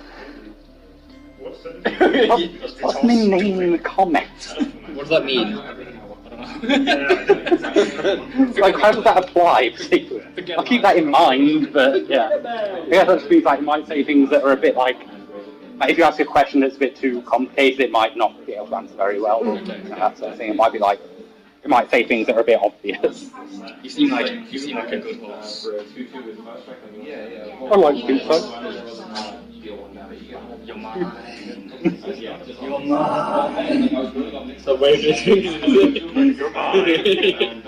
As you do that, like, it seems like a tiny bit like scared, but it's like, yes. Don't be scared. What do you think of me? I think you're very powerful, probably. I think I should listen to you. Your name is Black Rose.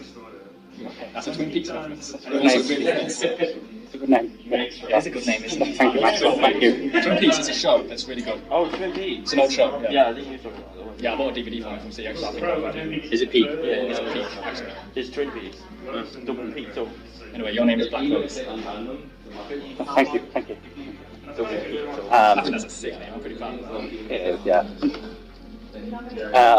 Did they horse ever have a name? Yeah. Must have. I don't think it did, to be honest. I think you call it Sea Green Section. Did I? Maybe. Feel like you did. Maybe. Anyway, this one's called Black Rose. What's your horse called? Is that the Wall of the Rose? Oh my god, that's so sick. I know, I'm pretty fan of it. That's a cool name. That's a solid horse. I can't remember if Aspect can speak with that or not. I've completely forgotten. Well, your horse could understand Elven, right? Yeah. Oh yeah, totally. Yeah. Vaguely. Can I attempt... Okay, I'm going to end the spell. Speak about it. Can I attempt to speak to this horse in the language of Grave Tongue? Oh, great, I got it. I could say no. Actually, I'm going to try game first. I'm going to roll a D100. See if this does anything at all. I'm start to... Don't attack me. Doesn't respond to no mission, Okay, I'm going fortunately. to start... This is Grave Tongue, it's a language of the undead. Yeah, Zombies. it's just not very interesting. Got an 80. He understands me. I'm saying to her in Grave Tongue. Actually, her. I'm saying to her in Grave Tongue. Bye. Rose, you're my horse now. Come with me.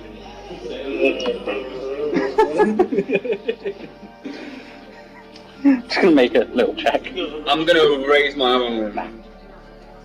arm. Seems to want you doing that. Not on a metagame. Are we currently in a group surrounded by Christian soldiers and he's using Grave Tongue? I made a listen check, but no one seems to really know. Well, to be fair, what they would hear is me going... You know, they probably think I was fucking about. Yeah. Either that or... No, I mean, I would assume that paladins are trained to know when I'll say that- to speak in Grave Tongue. I'd say if Ken heard you speak in Grave Tongue, you probably wouldn't know what you're saying. You'd probably be like, hang on a minute. How are you doing that? Well, that's a weird language for someone to know. Okay, well, I'll go off then. Yeah, like, I'd assume like you're kind of just saying it quietly. So you'd know that. You've already made it very clear that you're being very, like, No, that's so. You probably won't do it very loudly.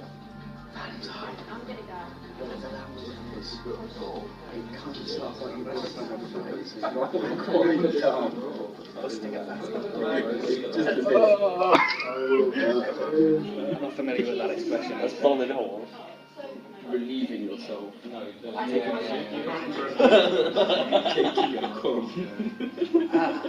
Moving along.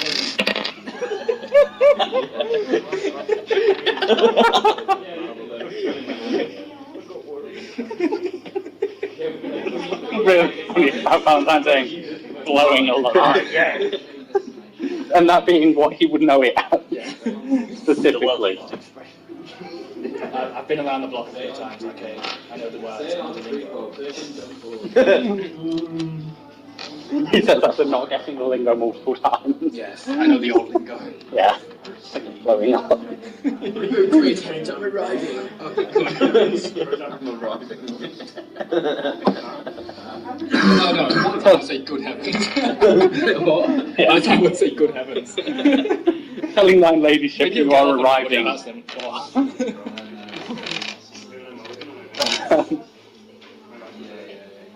Oh, this is almost as good as that glass of milk I had. Oh.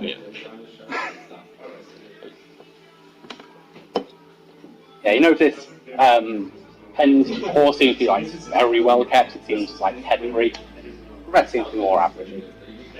They're good working horses, but average quality. Yeah. Yeah. Kage and Tom York seem a bit lower quality, but you know. Yeah. Penn's going to say our expedition is likely to last up to a. We are scheduled for up to a week of travel. It may take less time, it may take more time, we shall see. Well, hopefully not a fortnight. Yes, that's something would likely have gone very long to take that much time.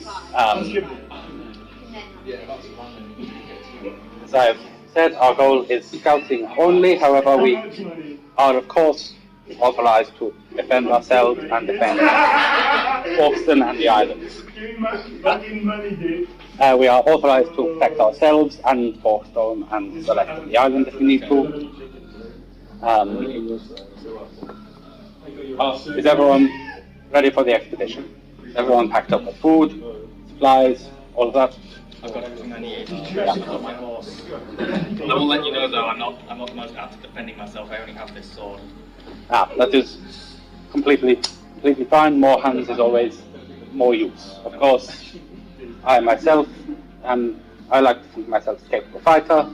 However, we are in a group of trained, but no, somewhat more average fighters. You shall likely not be the worst fighter here. I'm glad you understand. I'm only an ordinary. What's that, sorry? I'm glad you understand. I'm really an ordinary civilian. I've not really received much in the way of formal training. That's okay. We are carrying civilians with us on this trip today. Unlike my on friends, this trip because anyway. the monk and Aspen the paladin, you know, I'm kind of just like a guy. Yes, that is okay. I got this big hammer. He like gestures towards the halflings and he says like, we do employ some untrained fighters. These two here are trained more as scouts than anything. They are to stay out of sight, out of mind. I can possibly do that also. Yes, if you would join their group, that would be very appreciated, I believe. Cool. I'm gonna be like this 6'4" guy. I'm gonna pull out my hammer and go, look at this. It squeaks when I hit things. Is that a toy you carry with you? No, it's my weapon of choice. The last time I hit somebody with this, it instantly turned them into paste. And who was this? Oh, it was a random knoll, I think. I actually can't remember. But whatever it was evil. Because listen, I can sense evil. I got that ability locked in. I'm over. Yes, I see. This thing crushed him into paste.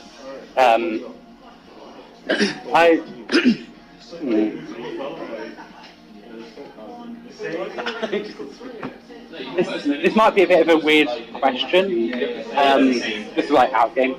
where do you think the Canis family would originate from? Like, obviously, you just say like real world location, and I'll cut out the allegory in this. I want to say, if anywhere, it'd be somewhere Nordic. That makes sense. Yeah. Yeah, I don't have any Nordic names, Nordic country names, but yeah, like somewhere like, yeah, think of like Norway, Sweden, sort of area. That's okay. Yeah. I'm thinking Norway. Yeah. So Northern European. Yeah. But like still European. Okay, in that case. Is that what the false That's why I have a beard. Yeah. Makes sense. That's why I'm the only off with a beard. Why is that? I was in the toilet. Oh, so Zedrin just asked me where Aspen's family came from in the world, and I said it would be the game's equivalent to like Norway. Okay, it'd be Nordic. Oh, that's interesting. I feel like it fits. I think it fits, yeah. Valentine is from like the game's equivalent of like Venice. I was going to say France originally, Oh, really? but then I thought, Makes sense. Aspen doesn't strike me as a friendly person. No. no. Nordic though. Nordic. Yeah, it seems fairly Nordic. Yeah.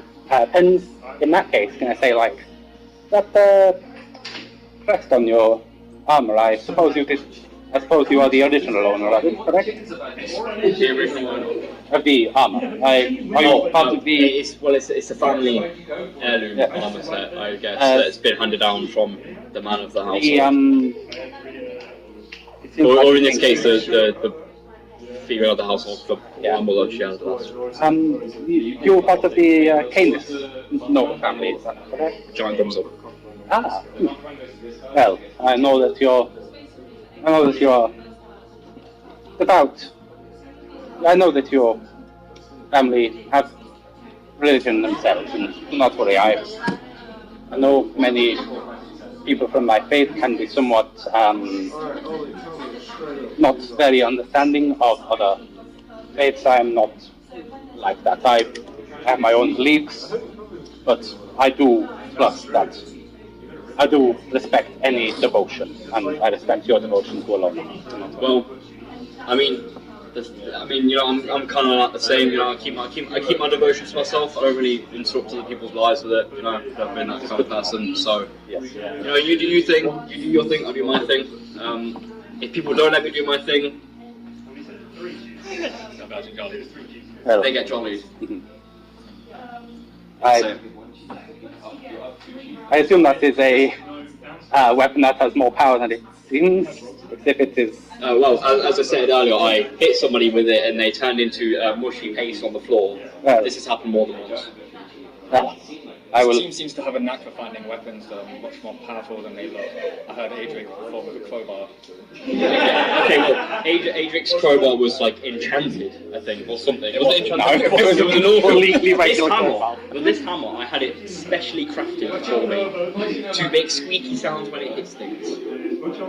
I thought, to be honest, it'd be quite funny.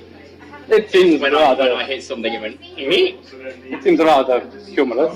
That is correct. No. It just so happens that when I was given the hammer, the guy who made it was like, "This is like my best. This is like my masterpiece," and he gave me something that when I hit it, it's like the air inside of it like goes back and then bounces back forward and hits it a second time. I see. And then it goes. Like that. Interesting. I'll be watching your fights very carefully in that case. It's quite rare that something actually manages to survive being hit by this thing, as I've demonstrated in the past. Kisatsu. That is, Kisatsu said like it's infinitely more formidable than it looks. That's for sure. Do you remember when I broke that wall? I was like, I hit the wall and it went with that D-lock. So we went to get out of D-lock and I hit the wall with my jolly and it broke. That's pretty cool. Yeah. You don't have to worry. Captain Pen he's much stronger than he seems. Oh, I was just telling the story because I thought it was cool at the time. Yeah. Aspen's quite like, he's quite chuffed about it. Like, Yeah. do you remember when I broke that wall? That's pretty sick. Yeah. As says, as my friend here Val introduced me as I'm a monk with these, but don't worry, I'm rather capable.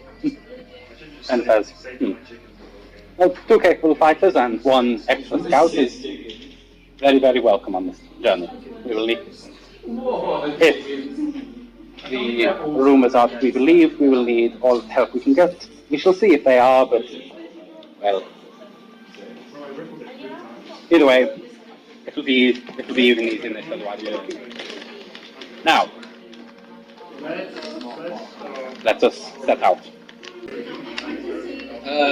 If we got a bit of downtime quickly before then, we set out. I kind of want to go to these halflings.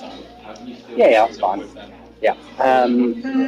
As you walk up to them, they like give you like friendly waves. Then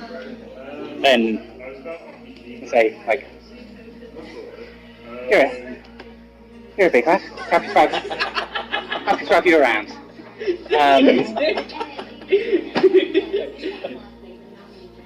I am a giant. Yeah. Sorry, did you just call me a big lad? Yeah, sorry. Yeah. You are rather tall, aren't I'm not you? exactly insulted, it's just I'm unused to being described in such a way. Well, everyone's a big lad compared to us. My name is Merla, the female one says. Hang on, Merla? Yep. How do you spell that? As you'd expect, M-E-R-L. Merla? My name's Lyle. Lyle? L-Y-L-E. Sounds like, by the way. If only I could laugh at such a We've been hired to be scouts on this mission. It's something we tend to do. It's not exactly our job. We're not very professional, but we've come and helped along on certain journeys when we need it. I see. I'm going to reach out my hand and shake Lyle's hand. Yeah, if you like reach out both and shake your one. They both seem very plucky and hearty. Okay. I'm going to shake Merla's hand as well. Nice to meet you. I'm also here to scout. Gonna be in quiet? Gonna be in quiet. I like to think so. I'm not the most loud and obnoxious. I'm not the most outspoken type of person. I'm generally a bit of a wallflower. Because a lone wolf. A single nail in its feet. Sometimes literally. Although you don't hear that from me. Well, that's here you're going to speak about. In that case, you'll be a very welcome part of our group. Don't worry, we're not going to be as hard on you as Penn will be to your other 2 members there. Basically, as long as you can just stay kind of quiet, look around, got a good eye. Well, a good eye. It is. You were close. Well, yeah, like that. Sorry about that. Didn't mean to make it obvious. No voice. Well, if you've survived this long and you seem to be somewhat adventurous, then apparently not very skilled in combat, you must be good at looking out for yourself, even with only 1 eye. Yep. Yeah, I've got 1 eye left in me. we're generally, our goal generally can be to go ahead, have a look out, see if there's any, anyone up to no good in front of us, and if there is, either divert the party away or divert them into a best position to fight them if avoidance is possible. Understood. resistance is futile. Yeah, like they're just gonna. They seem like very casual about this whole thing. They don't seem to be particularly worried about danger. Yeah.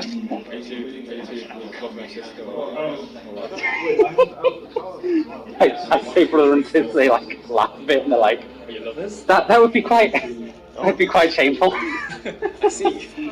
Yes, we're together. That's wonderful. You're married? We are, yeah. Yeah. For the last 20 years.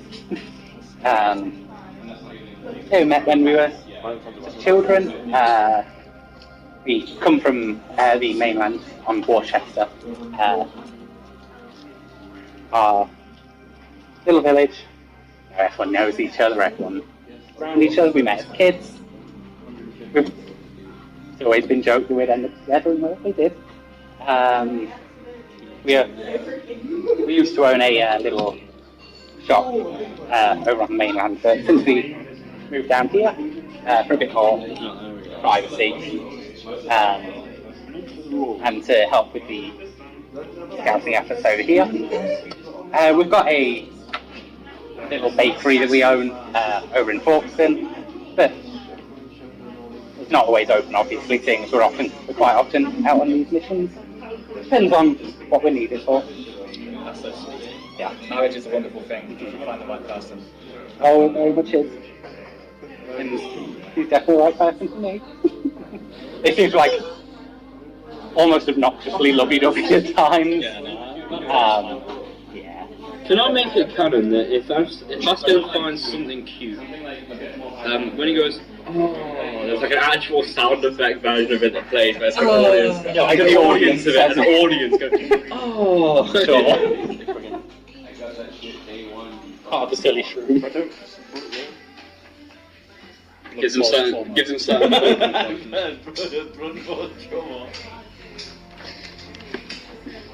That's a good name for the tag. That really is. Force trauma, fantastic. Yeah, you gotta find a way to implement like giant. Are there any like amnesia spells?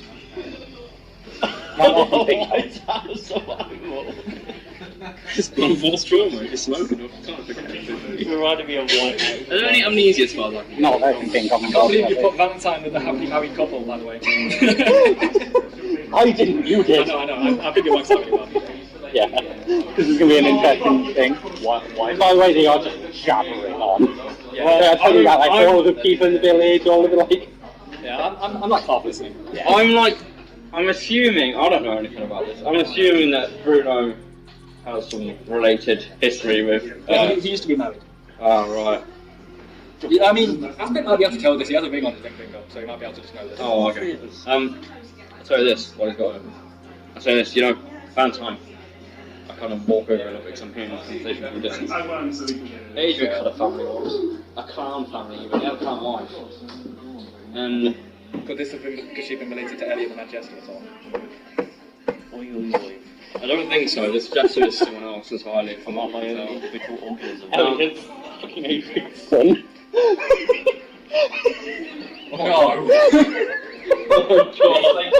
No, Adrian was 22 years old when he left us. How old Elliot? Older. He's an elf, remember, so he ages slower. Yep, and he said he has a family. Yes. So, Valentine, a little thing for you. Adrian used to have a wife. But yeah. A clown wife. If I remember correctly from what he told us, she once cheated on him with another clown. A clown man. That's tragic. And he actually ran a clown hotel, and she cheated on him in his clown hotel. So he burned down the hotel. You see, Somehow his wife miraculously escaped. that's good to hear. Fun little story I'll about Adrian. ruminate on this. Thank you for telling me. I did say I wanted to learn more about the captain, so I'm glad you told me this. Yeah, he often talks about his clown wife. And then he found new love Seemed towards rather the end fond. of his... Seemed rather fond. I wonder what Auntie Nua thinks about the fact that she just got led on by Adric. I'm sure he'll be back for her one day. Well, he didn't say goodbye. No, I mean, Sure. from what I can tell, his departure was quite sudden, wasn't it? Quite Mhm. unexpected. I'm sure he would have said goodbye if he had the chance. He's not the greatest man, but I think he'll at least say goodbye to someone he was interested in. All troops ready? What? What? Could neither of you hear that? Oh, what? To be honest, no. No. All troops ready? Oh, that's good. Yes. Mount your horses. We're already on this. We're already on Mount Yeah, Yours. you- I can't Couple of you are. I can't just hold the reins to go. Yeah. Horse with that.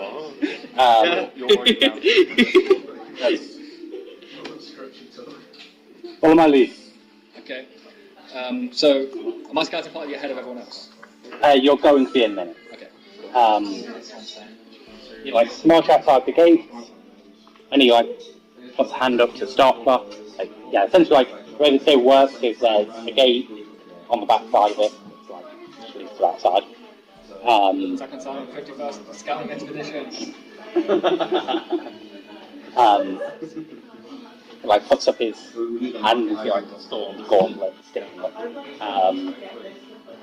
He says, Scouting party, I shall ask you to move in front. Aye, Captain.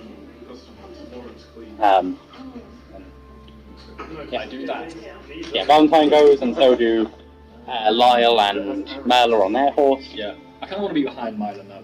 Merla and Lyle. I kind of want them to take it. That's fair. That's So I fair. feel like they probably have a better understanding of this than I do. Yeah, they can. They'll probably like offer to do that, honestly. Yeah. And as you start walking ahead, Captain Payne is going to say, rest of our group, stay behind. I shall set pace. Lyle and Marla will know what to do on their end. Valentine, you follow them. March. We're marching. Yeah. Start going. Yeah, you keep marching. Eventually, it doesn't take too long to reach the tree line. It seems that for about 10 minutes, there's like a vague path that's like sort of been carved in. And obviously Valentine's the one that sees everything first in the group. Well, I mean, like, out of the party. You'd see that, like, the trail seems to end and it just goes into just deep forest. Moving around on horseback is possible but slow. Seems the main reason for it is because otherwise it would be a very, very, very long journey. It'd be very tedious and tiring. Yeah, Lyle and Merla pull out their map they've got. It seems... So I feel like I'm going with two hobbits right now. Basically, that is the vibe.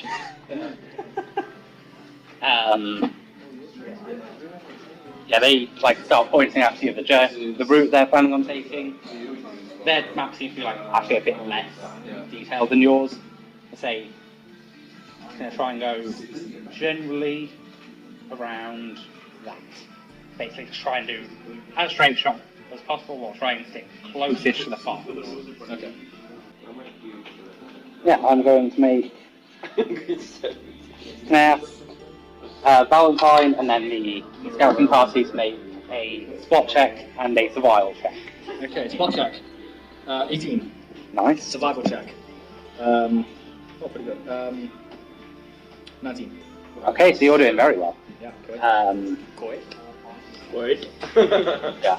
There's a few points where like you're pointing to Lyle and Merla, like, oh wait, this way, that way.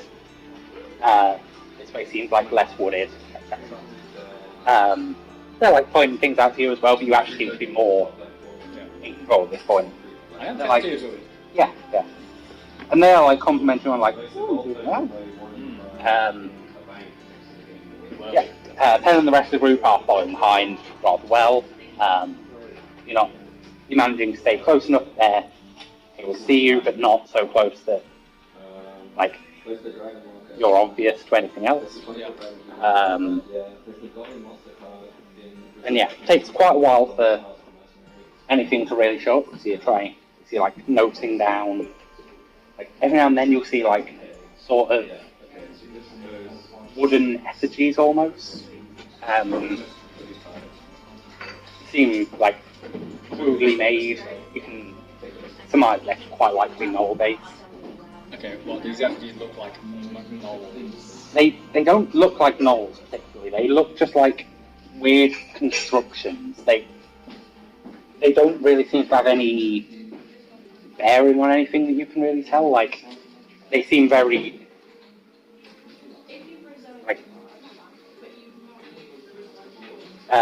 they seem more intrinsic to knoll culture than anything you recognise particularly.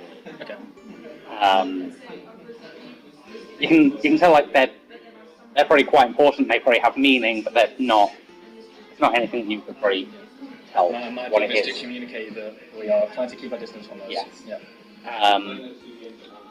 Eventually, though, you do get to a point where, like, the forest gets pretty damn thick. You're probably around, like, this sort of area by now, so you've travelled a fair way. This forest It's is probably quite been, like, a solid. couple of hours. I thought there were only snakes around.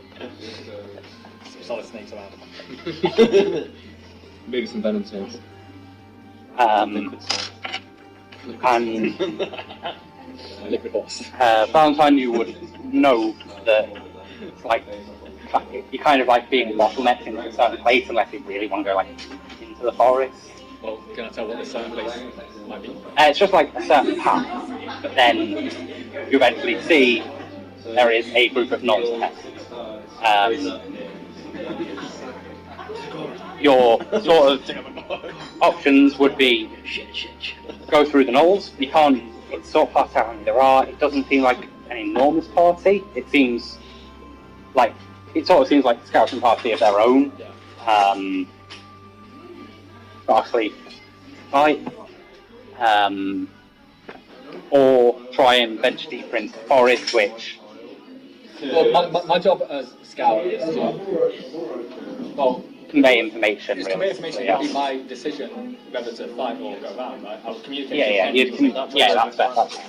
I don't want to put all the trust in your head, but that's what Yeah, would that's make fine, sense. that's Right?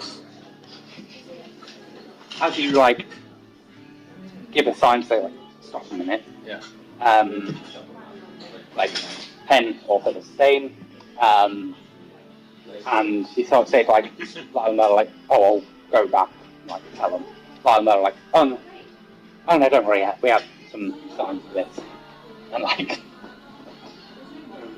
Mel starts doing some hand signs that are approximately like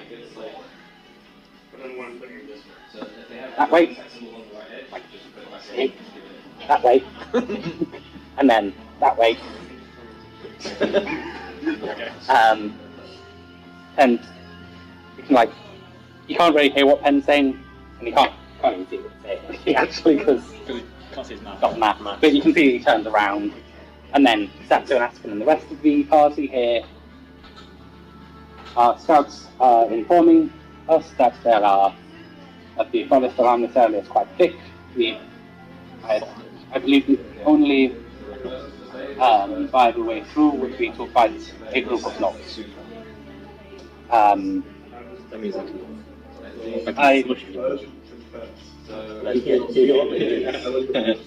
I believe that we should be able to fight them. We are all at full strength. Of course, remain cautious. Try and sneak up and drop on them if we can. However, of course, we are all fighters. We can handle ourselves. Okay, well, maybe we should probably get off our horses and put them somewhere for a minute so we can approach on foot. We'd be much quieter if we did. I believe that's a very good idea, Aston. I would. Give me a minute. I just need to look at something real quick. Aspen survived this. He points over to one of the orcs and says, Gustav, if you would remain back for a minute, I know that you are a mounted combatant mostly, so if you wait for us to start the fray, get into the fray, then you can join later if that's your thing. Let's just get like, what, like, that's fine.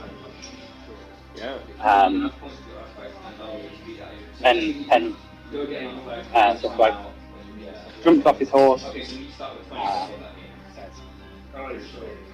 follow along. And he like sort of gives like another hand, his hand takes my back, and he's like, us on foot. Yeah, okay, I'm gonna go. You stop. Okay, I thought you You were telling wait. me to go. Okay. Basically telling the civilians to wait and not fight. Guess I'm having back this fight then. You put yourself as a scout. No, You can join if you want, that's fine. but yeah.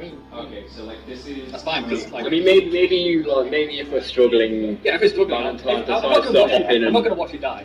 But like, it is best that I avoid combat so I don't risk revealing my powers. Oh, fair point, yeah. Yep, so I'm going to ask That's why I've been for... telling him, I'm just a normal guy with like a sword, I can't do Yeah, I didn't think about the implications of participating in combat. Yeah. I'm a holy man. Pen's also just going to say, those of you in light art or no armour, in case of the statue over there, please leave us. We shall be, let's follow along. People like me or Aspen, we shall be staying towards the rear of the group, so we will not cause as much disturbance. Are Aspen or Kasatsu going to pass me to go to Five and Knolls? Yes. Okay. When that happens, I'm going to cast Resistance on Aspen. It gives him a +1 on saves. I'm going to quickly just cast Bless on everyone as we're about to enter the fight. How many people can that target? And I think it's a radius. Okay. If I remember correctly, it's a radius for 10 minutes. Oh, yeah, I think it is actually, yeah. I think The radius is... I think it's bigger than that. I think it's quite a large radius. I spent cast Godbless. I think I remember being like 60? I think it was 60. 60 rings a bell. Not this week. Not this week. Yeah, no, I don't remember exactly. That's fine. Last 50 feet, 1 minute. That's one. That's one all hours. Yep, +1. Wait, Bliss. Yeah. +1 bonus on attack rolls, saving throws against zero. And saving throws against zero. Yeah. So yeah. +1 hit for everyone for the next 10 minutes. Cool. So for the next 5 essentially. If he passes by me, I'm going to... Will he pass by close enough for me to touch him? Probably not. You could probably go up to him, but that's a bit weird. In that case, I won't cast Resistance. Sorry. It's a touch spell, so... Oh, I thought I'd be useful to someone. I'm not going to touch that. So Blesses on. I'll ask for a move silently check from Aspen, me. That's all if I can go well. That's why you're at the back. Right, move slightly, where's that? Oh wait, no, use one die, use one die. I'm worried. Oh, -5. A total of -5. Total of -5. I have a -8 on move silently, that's what I'm saying. Okay, Bro was not silent. 6, so that's a total of 13 for him, which isn't even that good. Then 10, please do well. Fucking hell. Right, so we're cooked, that's what you're saying. Well, they're noting you pretty fast, I think. Okay, well, for some reason, the general people are doing really well. 10, Aspen and Kasatsu aren't doing so great. Kasatsu as well, that's surprising. Kasatsu, just barely well, but not as good as you expected. With his life. At least Penn will understand Aspen's Yeah, go through it enough. Yeah. Kasatsu's stepping on branch and stuff, he's not doing the best. And then just at the back, there's just... Sorry, it's too moving. Realised Penn and Aspen, they're both paladins, they're like the best friends. 10. That's what I said earlier. I said Aspen's like one ass of a pen. I didn't hear you say that. I'm pen 1 and he's pen 2. Yeah, as you get closer, you notice it's a group of gnolls not too dissimilar from the ones you fought a couple of days ago.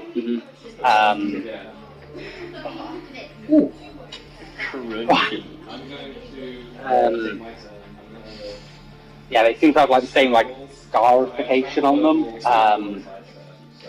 There does seem to be a fair amount of them, but generally of lower stock. Well, I have noticed that, by the way, because I spotted them. Yes. Okay, cool. Yeah. Because I'll be quite interested. Move once, and then move again, and then take The tunnel guy. I suppose like the one that looks the most intimidating of the group. It seems like it quite quickly catches on to your movements. Shenanigans. Yep, your shenanigans. And he motions to the rest of his party and just like gives out a like he starts like doing the same thing that the other ones did, where they seem like talking in a language, but you can't make it out particularly because none of you know Nols. And all of their party look towards you. Roll initiative. The setup here is you can kind of see like one very imposing looking Knoll. Looks like a mean motherfucker. Like big, bulky, nasty. I'm going to shoot him. Very much. It's got like a lot of the scarification to the point that like the left forearm is basically just bone. Like there's just a huge like bit of exposed bone. And as he's going into battle, he like holds that up as if it's like a mark of pride. And he looks towards the group and like sends his arm forward. There seems to be a bunch of like less like more regular Knolls, like with like bits of the flaying but not too much. And then a couple that look a bit more powerful than the rest of them. It seems like the main problem here is going to be numbers, but you have numbers too.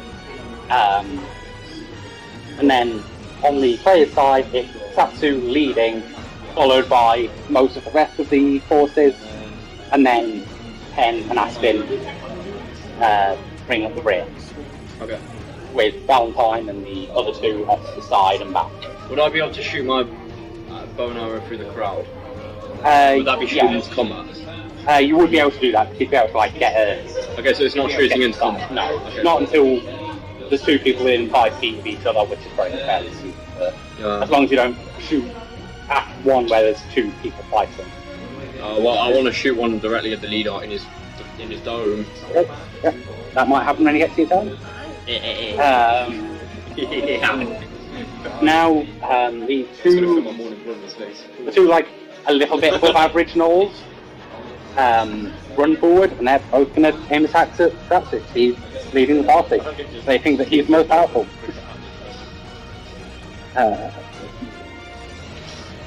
Oh my fucking god! This enemy dice I've got has rolled 2 19s and a 20. Ooh. So that might be a possibility. Depends on what their crit rate is. If 20 and a 14. Like the 2 19s were for initiative. Alright. I've got spikes of hits. Both of them have hits. And yeah, these two Knolls like have like really odd looking, like they kind of look like very primitive flails.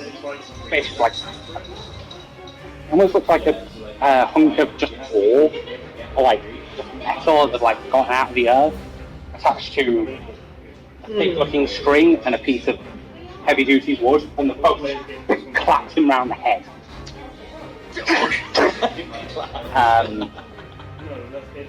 And he seems a bit stunned at first, but shakes it off. Just in time for the other Knoll, the leader it seems, to run up. Oh, I can't shoot him in the face anymore. Yeah, sorry. Who won? Him. Okay. I like to say, at the start of every fight, I've been saying I'm going to shoot someone in the face, and it's not happened yet, and it's not been able to happen. I keep shooting in combat. Your time is not come. Yeah, this one's got like a. This looks like a shield, but it's looted off of the body of a like member of the army here, and it's sort of like. Sorry, I'm really struggling to work today. It's modified it to have like a bunch of bone overlaying it, and like a big spur of bone jutting out from it. It's literally just gonna like put his head behind it and just charge. Try and skewer Kisatsu with it. Okay. Yeah. Skew it is display.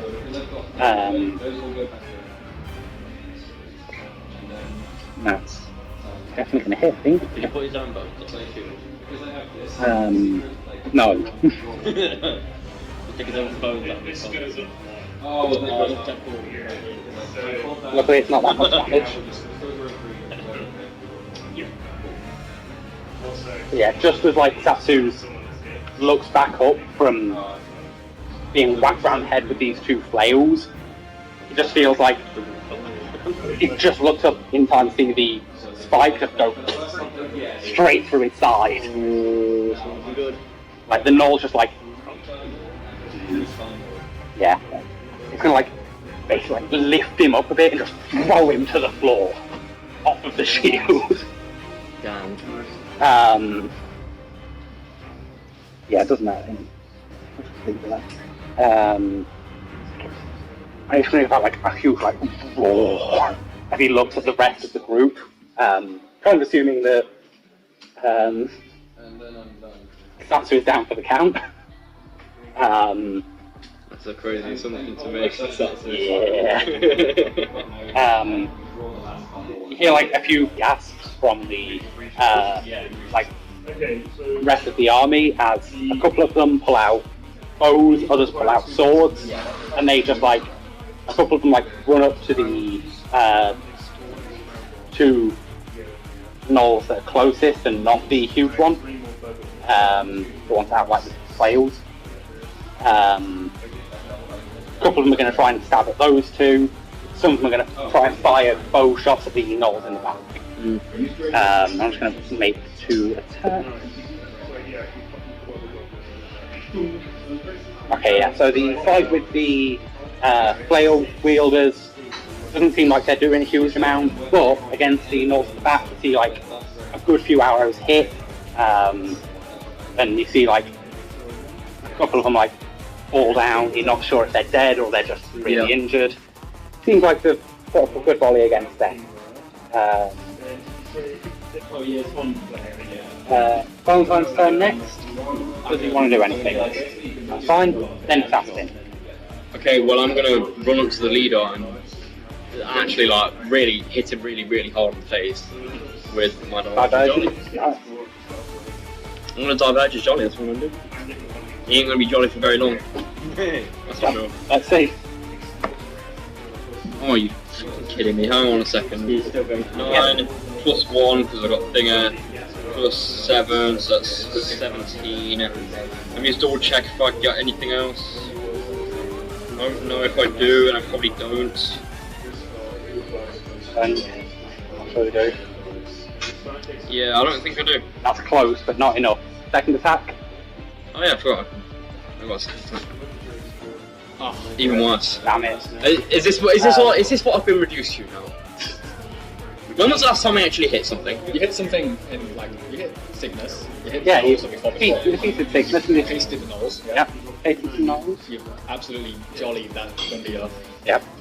Done well. It feels like it's been a while because it's been a while since we played. But once one fight through it, you do something useful.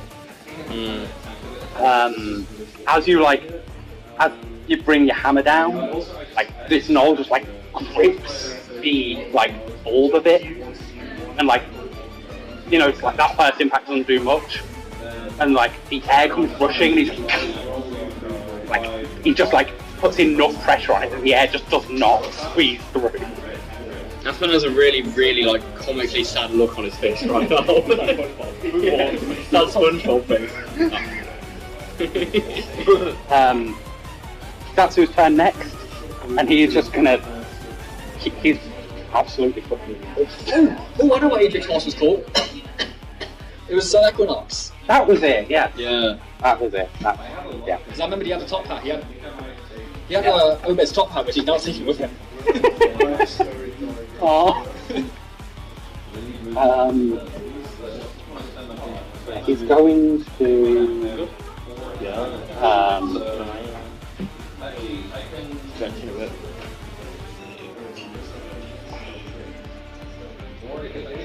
Yeah, she's going to do 2 unarmed strikes against the two lesser greater gnolls. The gnolls that collect. And he's just gonna he's gonna kind of spin up from the ground, and as he does so, just punch one of them and kick the other. Yeah, he's gonna capoeira their fucking heads in. Where's my D? Where's the D20? Thank you. I have 5 D20s back here, but D stands for disappear. disappear 20.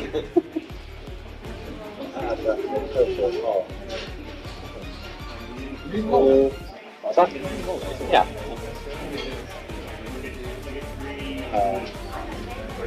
There's the 15, which is... That's nuts. That one is though. I'll give you that back. I'll find it. That's going to be 1d8 plus 1 damage. Is that right? No. Wait. Okay, I'll still 1d8 plus 1, so 6.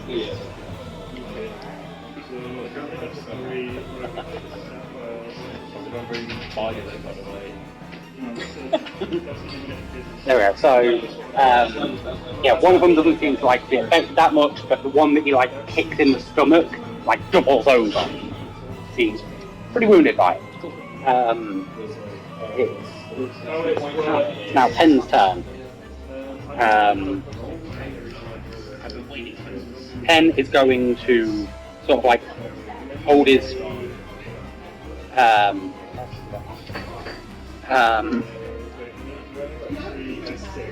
gonna hold his sword aloft in the air, and he's gonna say, he's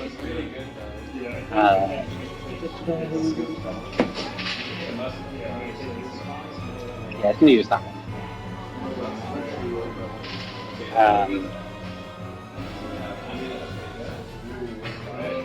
In the words don't make that much sense, but it's still good. To use. Sorry for all the setup to every time this guy says anything. Eyes I have, the I can see. You're like the fire, light on the inside. Up in the sky there fly wax pigeons which melt their wings, sowing the land. If you call me, let me burn. I have flesh, hands and hair. I want to see you, but I cannot. And as he does so, he's Aspen and Kasatsu, mostly, because they're very close to what's going to happen. See, the sky just gets a bit brighter as he's speaking, and then just as he finishes, just a giant pillar of light straight down onto one of the lesser greater gnolls and the greater gnoll. I love lesser greater gnoll. Also, me being part of the separate scouting party was absolutely righteous. Yes. The lesser greater gnoll I'm not even going to bother doing anything for, because as the light fades, there was just a pile of ash where that one was.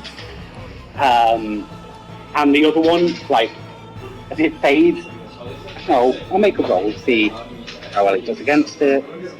Okay, the other one, he kind of notices it and steps out the way just at the last moment, because he's sort of on the ring of it, because he's trying to not hit the rest of the party. As he steps away, you see the flesh on his left leg is just crisp. It looks immolated. Just reminds me, didn't you say that you can only smite evil with lights and feathers and shit, from the heavens? Yes. That's anything. Looks like it didn't do as much damage as it could have, but it has No, he just did this beamed thing. him with a fucking space laser. Yes. Essence of orbital laser. True. I didn't say it. I didn't say this down. Yeah, true. That's why I just said orbital laser. That's what it's called, Delver of the Light. Children Delver of the Light, not Kelvin. of the light. Kelvin.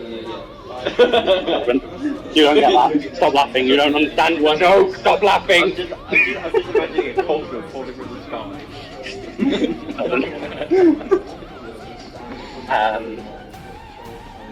Hey, but Spencer laughed at the 17 times bigger than a human person. I just thought of Zach from school.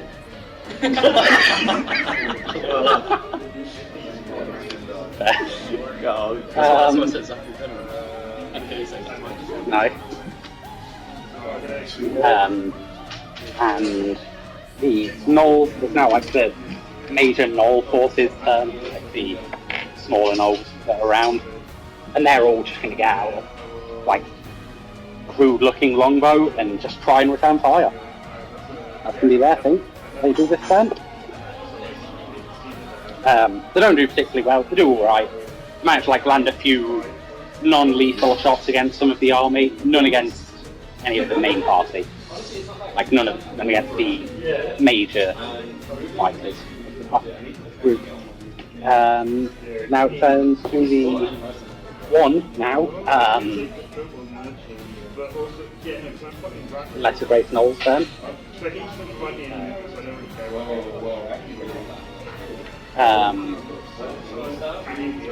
And that one is now going to. No, it's going to continue trying to screw up Satsu. To tricking it.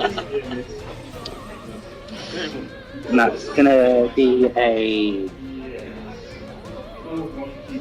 One hit. It hits just like by one. Satsu's armor class needs to get better, man. Luckily these guys do fuck all damage mostly.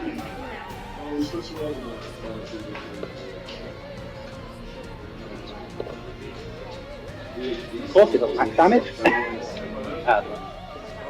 Wait. Yeah. A bit. This gnoll like seems very angry being deceived by Satsu. Satsu obviously didn't try to deceive him, but that's what he sees it as, and just like tries to cave his head in. Satsu again seems hurt, and he's like, you can tell he's being very overwhelmed by this many attacks. It's now the leader's turn. Yeah, this gnoll is going to try and attack Aspen. Time, because it's got a big weapon. He's very powerful. Okay, yeah. That's my book already took part of the round. Really hard. I've got plans, don't worry. It's a really nice I to see. decided what my next move was as soon as Pen went. I decided what my next move was going to be immediately. That's a 25 to hit. Obviously, it fucking hits. Yep. Just letting you know what it is before you like.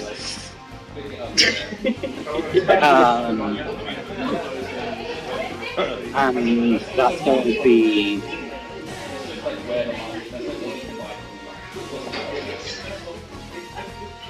10 damage. Yeah. And I want you to make a grapple check. Bro is grabbing me. I get to make a grapple check. Hang on a second. You didn't roll well. 29. 29. I'll let you know this guy rolled a 4 and got a 25. That's obviously not enough. Plus 21 to his grapple. Yes. Jesus Christ. No wonder he wants to hit me now and touch me. But yeah, like what happens is like has a morning star, a big bit of metal on the end of the stick. Yeah. And he just like tries to whack you around the back of the head and like lock you in. But, like while the impact does hurt you a bit, like you manage to just about squeeze out before he crushes you. Oh yeah. Wait. When they fail a grapple check, doesn't the person they're trying to grapple get an attack opportunity on that one? This guy has improved grapple, so no. That's been happening. Yeah. Yeah. 10 damage still goes through, but not the other bit. Next, it's the main force's turn. They're going to kind of continue doing what they were doing before because it seems to work well I enough. think they're like they'll fight like big sync like this like in one from the Hobbit. Basically. Like throwing weapons to each other and like acting in like synchronized Yeah. like fucking 12 dwarves. Okay, so now it's Satsu and two of the other fighters attacking the one lesser greater knoll. Okay. The two other fighters do actually manage to like catch him off guard and get like one sword like through its stomach, and then while it's bent over from that one, just straight through his neck. Nice. Kills that one. The ones that are staying back fire arrows, fire a volley, and the teams manage to take like one out of the fight. Seems like the numbers are now about none of your main force have died yet or been taken. Like a few little injuries, but nothing much. And there seems to be 3 of the lesser gnolls left. No lesser great gnolls and 1 beam trucker gnoll. Just as perfect. Now, Valentine's turn again. How far away from me is Cassandra? I'd say probably like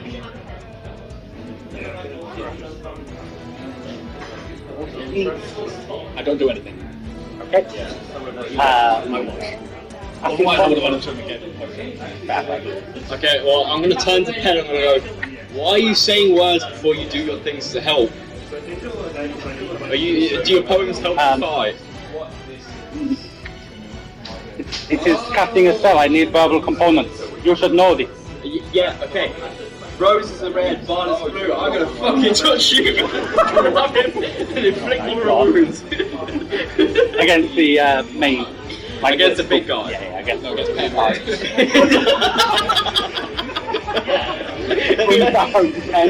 Rose are red, violets blue. I'm going to touch you. I'm gonna fucking touch you. And I grab the big guy's face. Make a melee attack. Isn't that just is my attack bonus? It's attack bonus plus strength. Okay. So yeah, 7. Okay. Hang on. That's a 13 plus 7, that's 20. That's just about it. I'll grab his face. Yep. Do damage. Okay, well I'm gonna do that one off. Hold on. 4. Wait.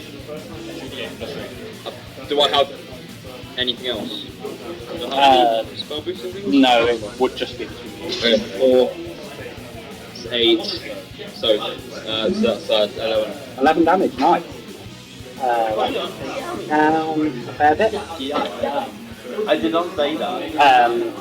As I grab this thing's face and like you put your energy into it, you feel like its skin like drops and necrotizes, and like as you like lift your hand away, some of its like flesh and fur comes off with it. I'm gonna like show me. Yeah, and it's like blooded and like it looks after that.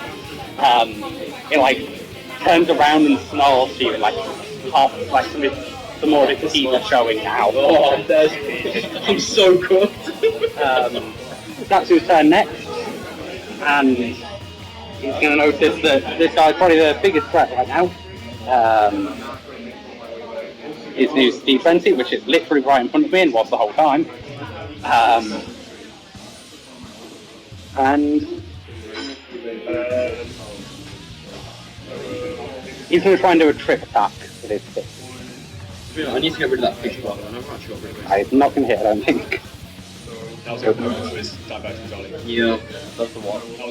He's got a pitch black in his inventory. The skin of the hammer is a pig's bladder. Yeah, Yeah, like that's just like reach his fist up and like try and bury it into like the back of the gnoll's knee. But as he does, it just fucking stops. He doesn't even really seem to notice. He's been punched in the back of the knee. He still keeps snarling past it. It's now Pen's turn again. And let's see what he's going to do, shall we? He's going to pant. Whether in rain, sun or wind, may this land blessed be. Whether walking or in deep sleep, may this land blessed be. Whether by day or in obscurity, may this land blessed be. It's like pull out both of his hands, and like there's gonna be like sort of a wave of just like light that just goes through. It passes through like Aspen, Zatsu, and everyone. Luckily, he's not aiming it away. He's not aiming it towards you. Like, it comes out like in a cone. It's in a cone in front of it mostly. But as it hits the gnolls, it's gonna try and do some damage to them. This one is the major one. This is all of mine. So yeah, then the major gnoll is going to actually jump up a bit, still clicks its foot a bit, but it doesn't seem to. It does seem steer him, but, not as bad as it looks like it could have been when it reaches the other gnolls, and the two of the remaining three just get cleaved in half by this line. The other one seems to be far enough away that it leaves a huge gash across its stomach. Okay, so but it doesn't seem to be dead. Yeah. Bro's clean. Now there's only one lesser gnoll left, and the major one is still alive, still kicking, still. He looks hurt, but not as much as I'm you might want to gonna see. crush his face with my hammer soon, so he won't be alive for long, hopefully. Fingers crossed. It's the singular gnoll's turn. What the fuck is this guy going to do? It's a lesser gnoll. Is this like a regular gnoll? Regular gnoll, yeah. I mean lesser in comparison to I know what you mean. I'm asking. yeah. If anything, in comparison to a regular gnoll, it's actually a bit more, but it's lesser than. I know what you mean. I know. And knowing that it's near death, it's just going to try and send a shot at 10. Fuck it, might as well. Self-preservation. Oh, No. then again, no, these are the self-harm. Yeah. Self-harm or See, heroic final moment, he pulls back his bow, lets off a shot towards 10, misses. we were just laughing. If you're looking over to that one, the major gnoll is going to.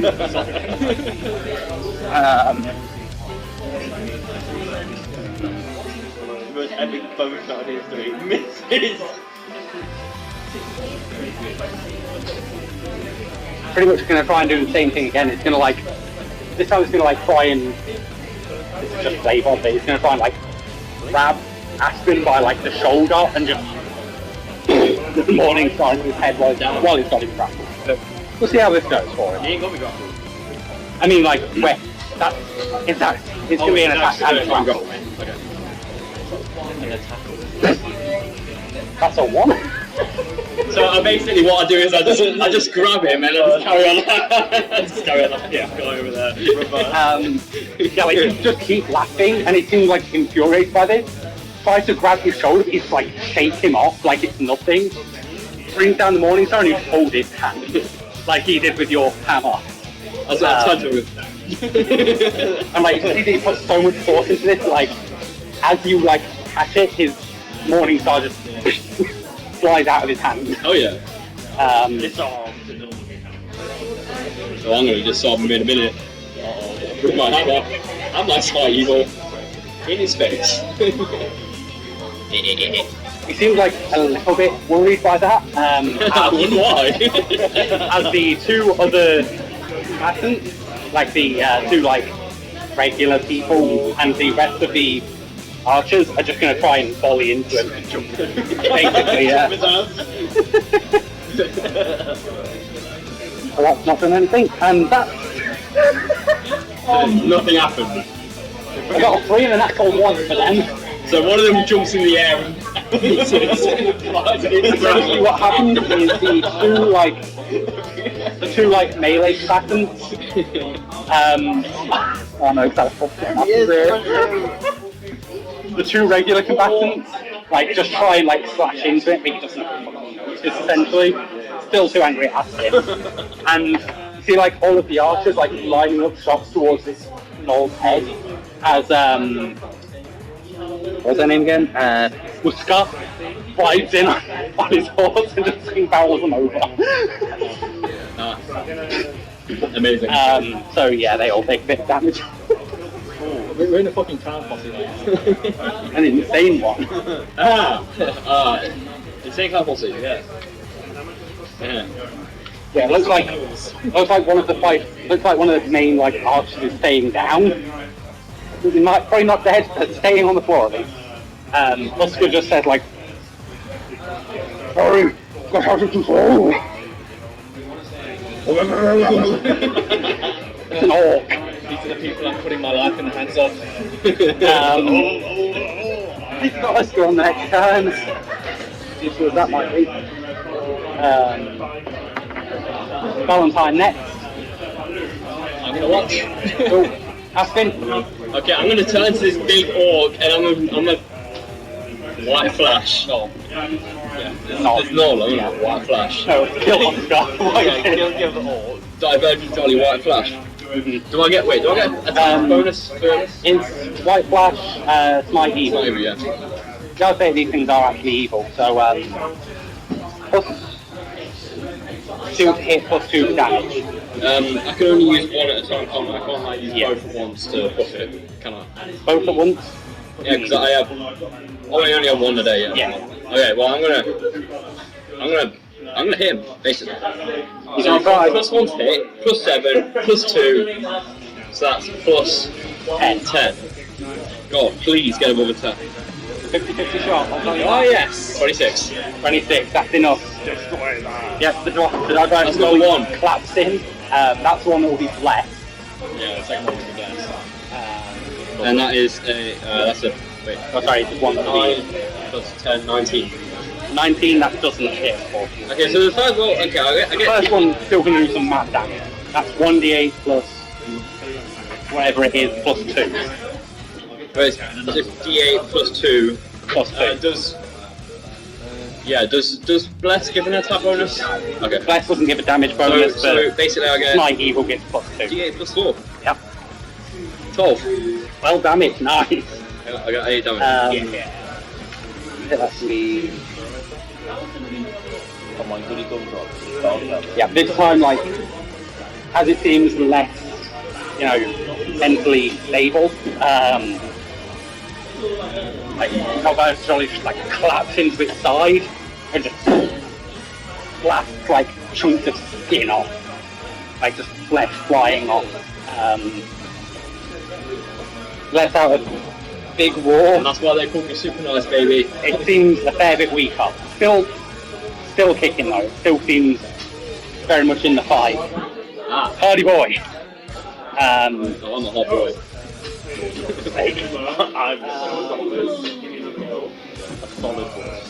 That's his turn next. He's going to try the same thing he tried last time. He knows it didn't work well that time, but it might work this time. Who knows? It doesn't work this time. Cool. 10's turn now. 10 is going to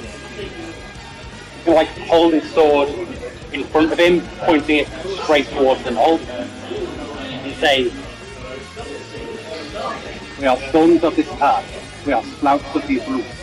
We are in procession united. Those who fervently cry out to you, O grievous miracle, get us out of these flames." We are save the nation.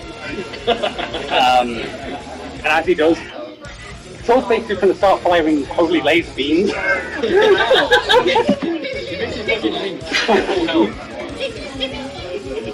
It's all full health. Yeah, I'm saying when Link is at full health, he can shoot the laser beams out the Master Sword. Yeah.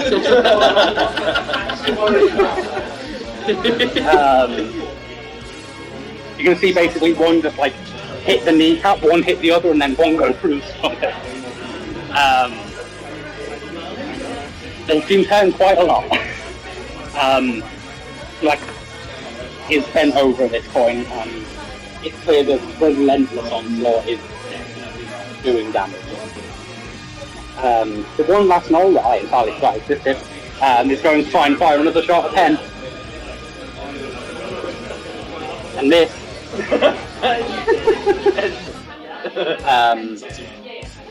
Yep. This old name's actually that too. Satsu with you.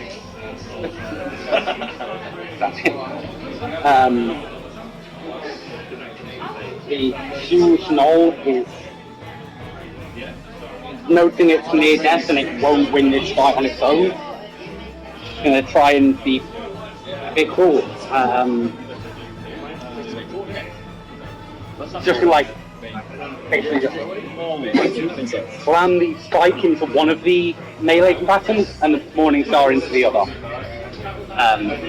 It can, that is the thing it can do, don't worry.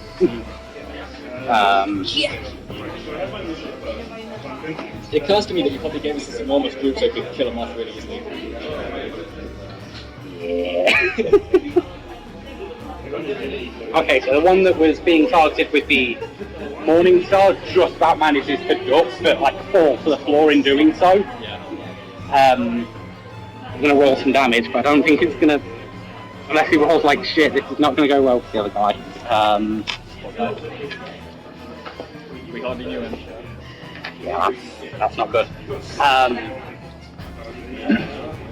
As the shield, like the spike of the shield, slams into the other guy, you hear like a gnarled rumpling of metal as the breastplate caves in. And you just see like him lift off the ground, impaled on the spike. Oh yeah. Not important really, but what race was this person? It's a weird question, I know, but I'm just curious. So I can visualise it, you know? What? Fucking great. I'm not saying I would judge them any differently. I said it doesn't matter, but I'm just asking. I'm just curious how to visualise it. What race is this guy? I want to know if I care or not. I do care! I don't think Valentine would care either way, to be honest. He barely knows. It was the dwarf. It was a dwarf. Yeah. God damn. From a dwarf. Brutal. Yeah, he just gets completely lifted off the floor, and like the knoll just like, don't think this one's very no comment. But he's just gonna start shouting in knoll as he just, like, he's already done that, he's just gonna like, bring his arm back and like the dwarf just go flying off the shield. See, we don't often see allies die in this game, so yeah. Not the Iraq's name, but that's Baruul dead. I'll ask his name after, okay. Yeah. No, Baruul. One of them says no, Baruul. Yeah, one of them would. The guy that got like knocked forward, like.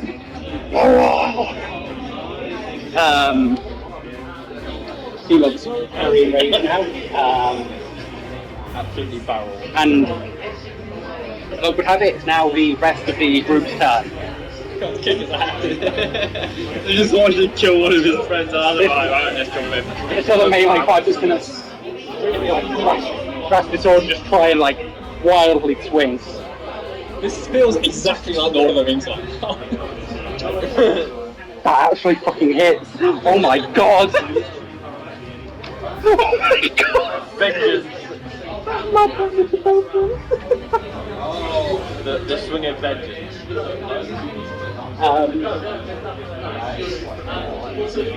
You know what? Yeah, this just fucking hits.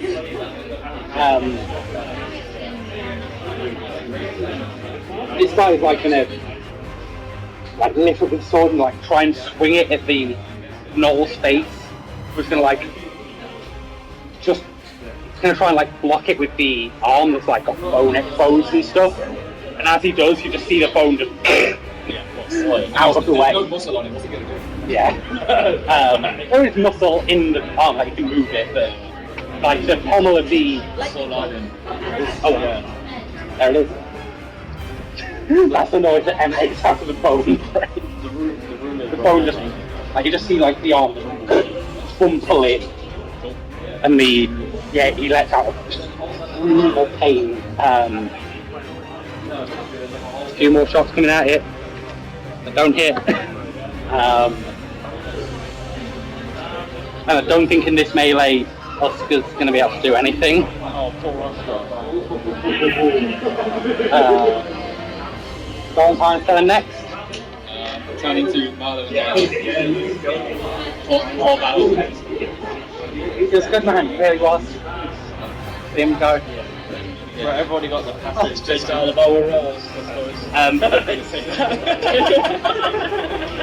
From now until like the end of combat, there should be like telling you about all the cool things Baruul did, Okay, and I'll be listening. all the cool jokes, all of it, everything. Everyone's got the passage. Okay. What's that next, buddy? I'm gonna cut his dick off. Gonna DC him. I'm gonna DC him, that's what I'm gonna do. Go for it. Give it a go. Oh no, I don't DC him. Oh, you've got a really cool flip. Yeah. Like, yeah, it's gonna block it with a shield. Knock your sword arm down. Let's go.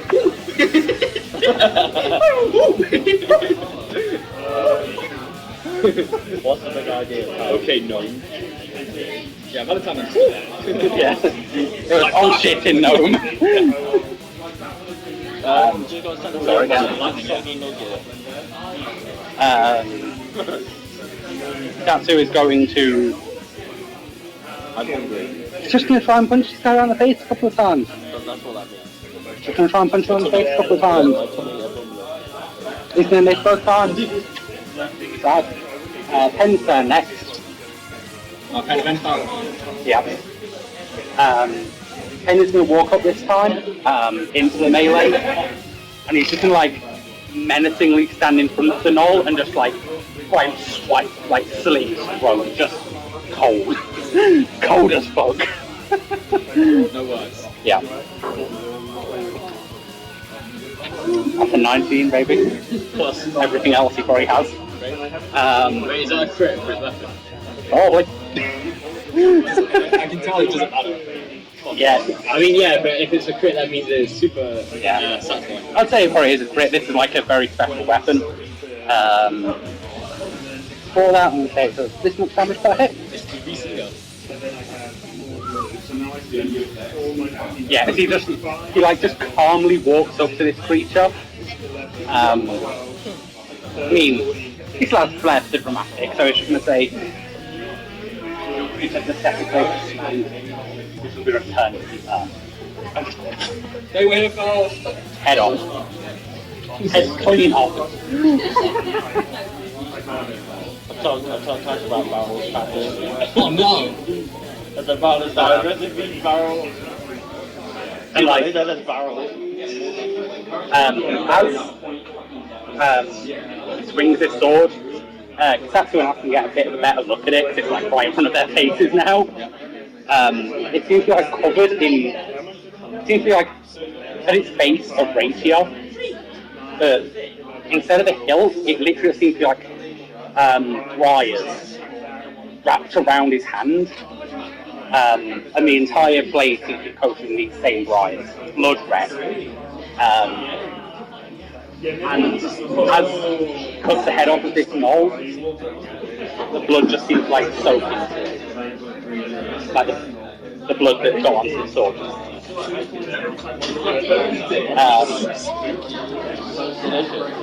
And he says, But you think you're about to. yeah, I was going to say like,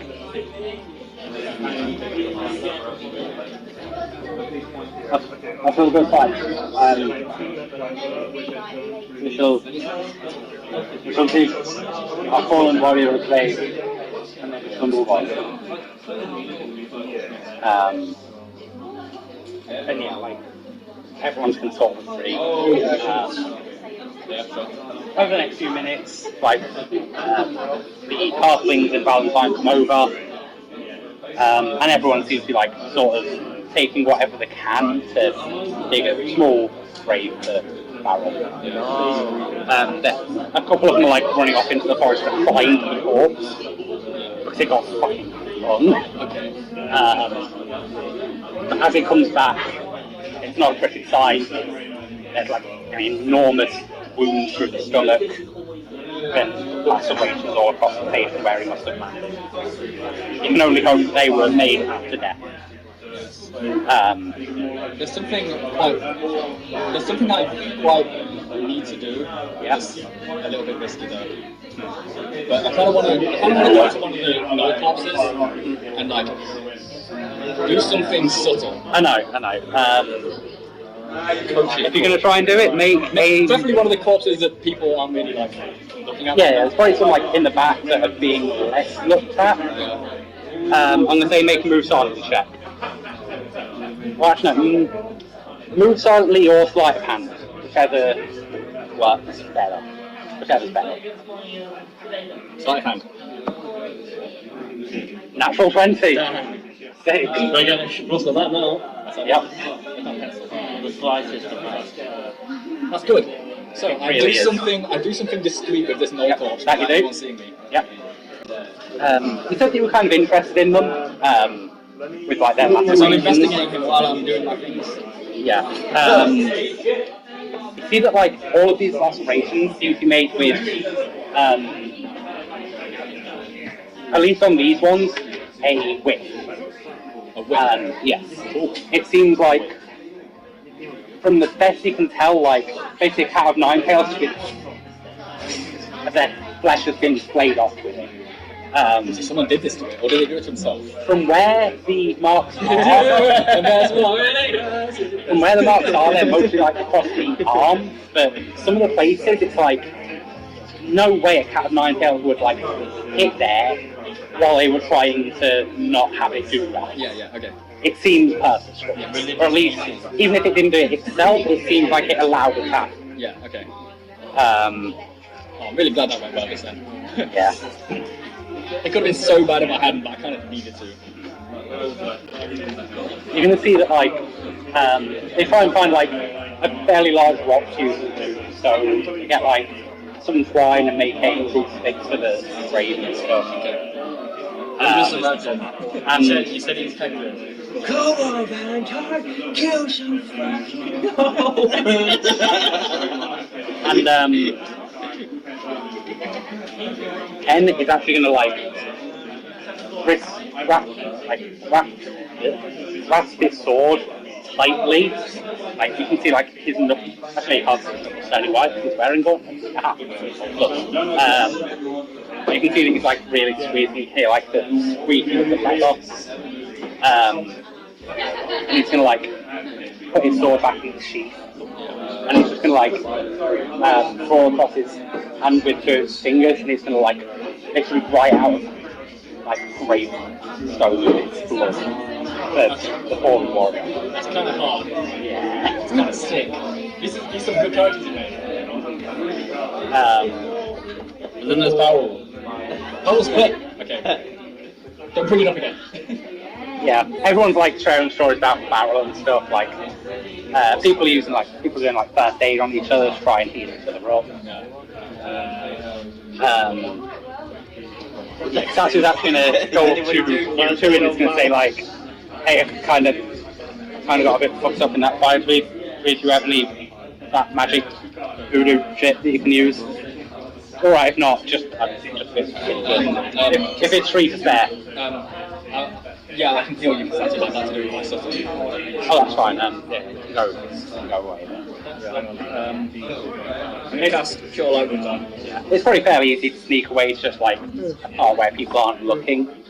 Particularly hard for a corpse. Hang on, sorry. 1d8 plus 1 per level, that's right. So plus 5, like, 'cause I'm a level 5 for it. Yes. Okay, 1d8 plus 5. 11. Cure 11 health. So that brings him to 21 by the end of the fight. So he doesn't look completely healed, but he looks a lot better. And he's like, I'm really sorry for that, but I just... It's alright, just try to keep it quiet that I have, like, this kind of... Yeah. Come up to me like, oh, Valentine doing magic on me, you know. That's fine, that's fine. Sorry. I didn't mean to do that. So I'll keep my mind, I'm really sorry.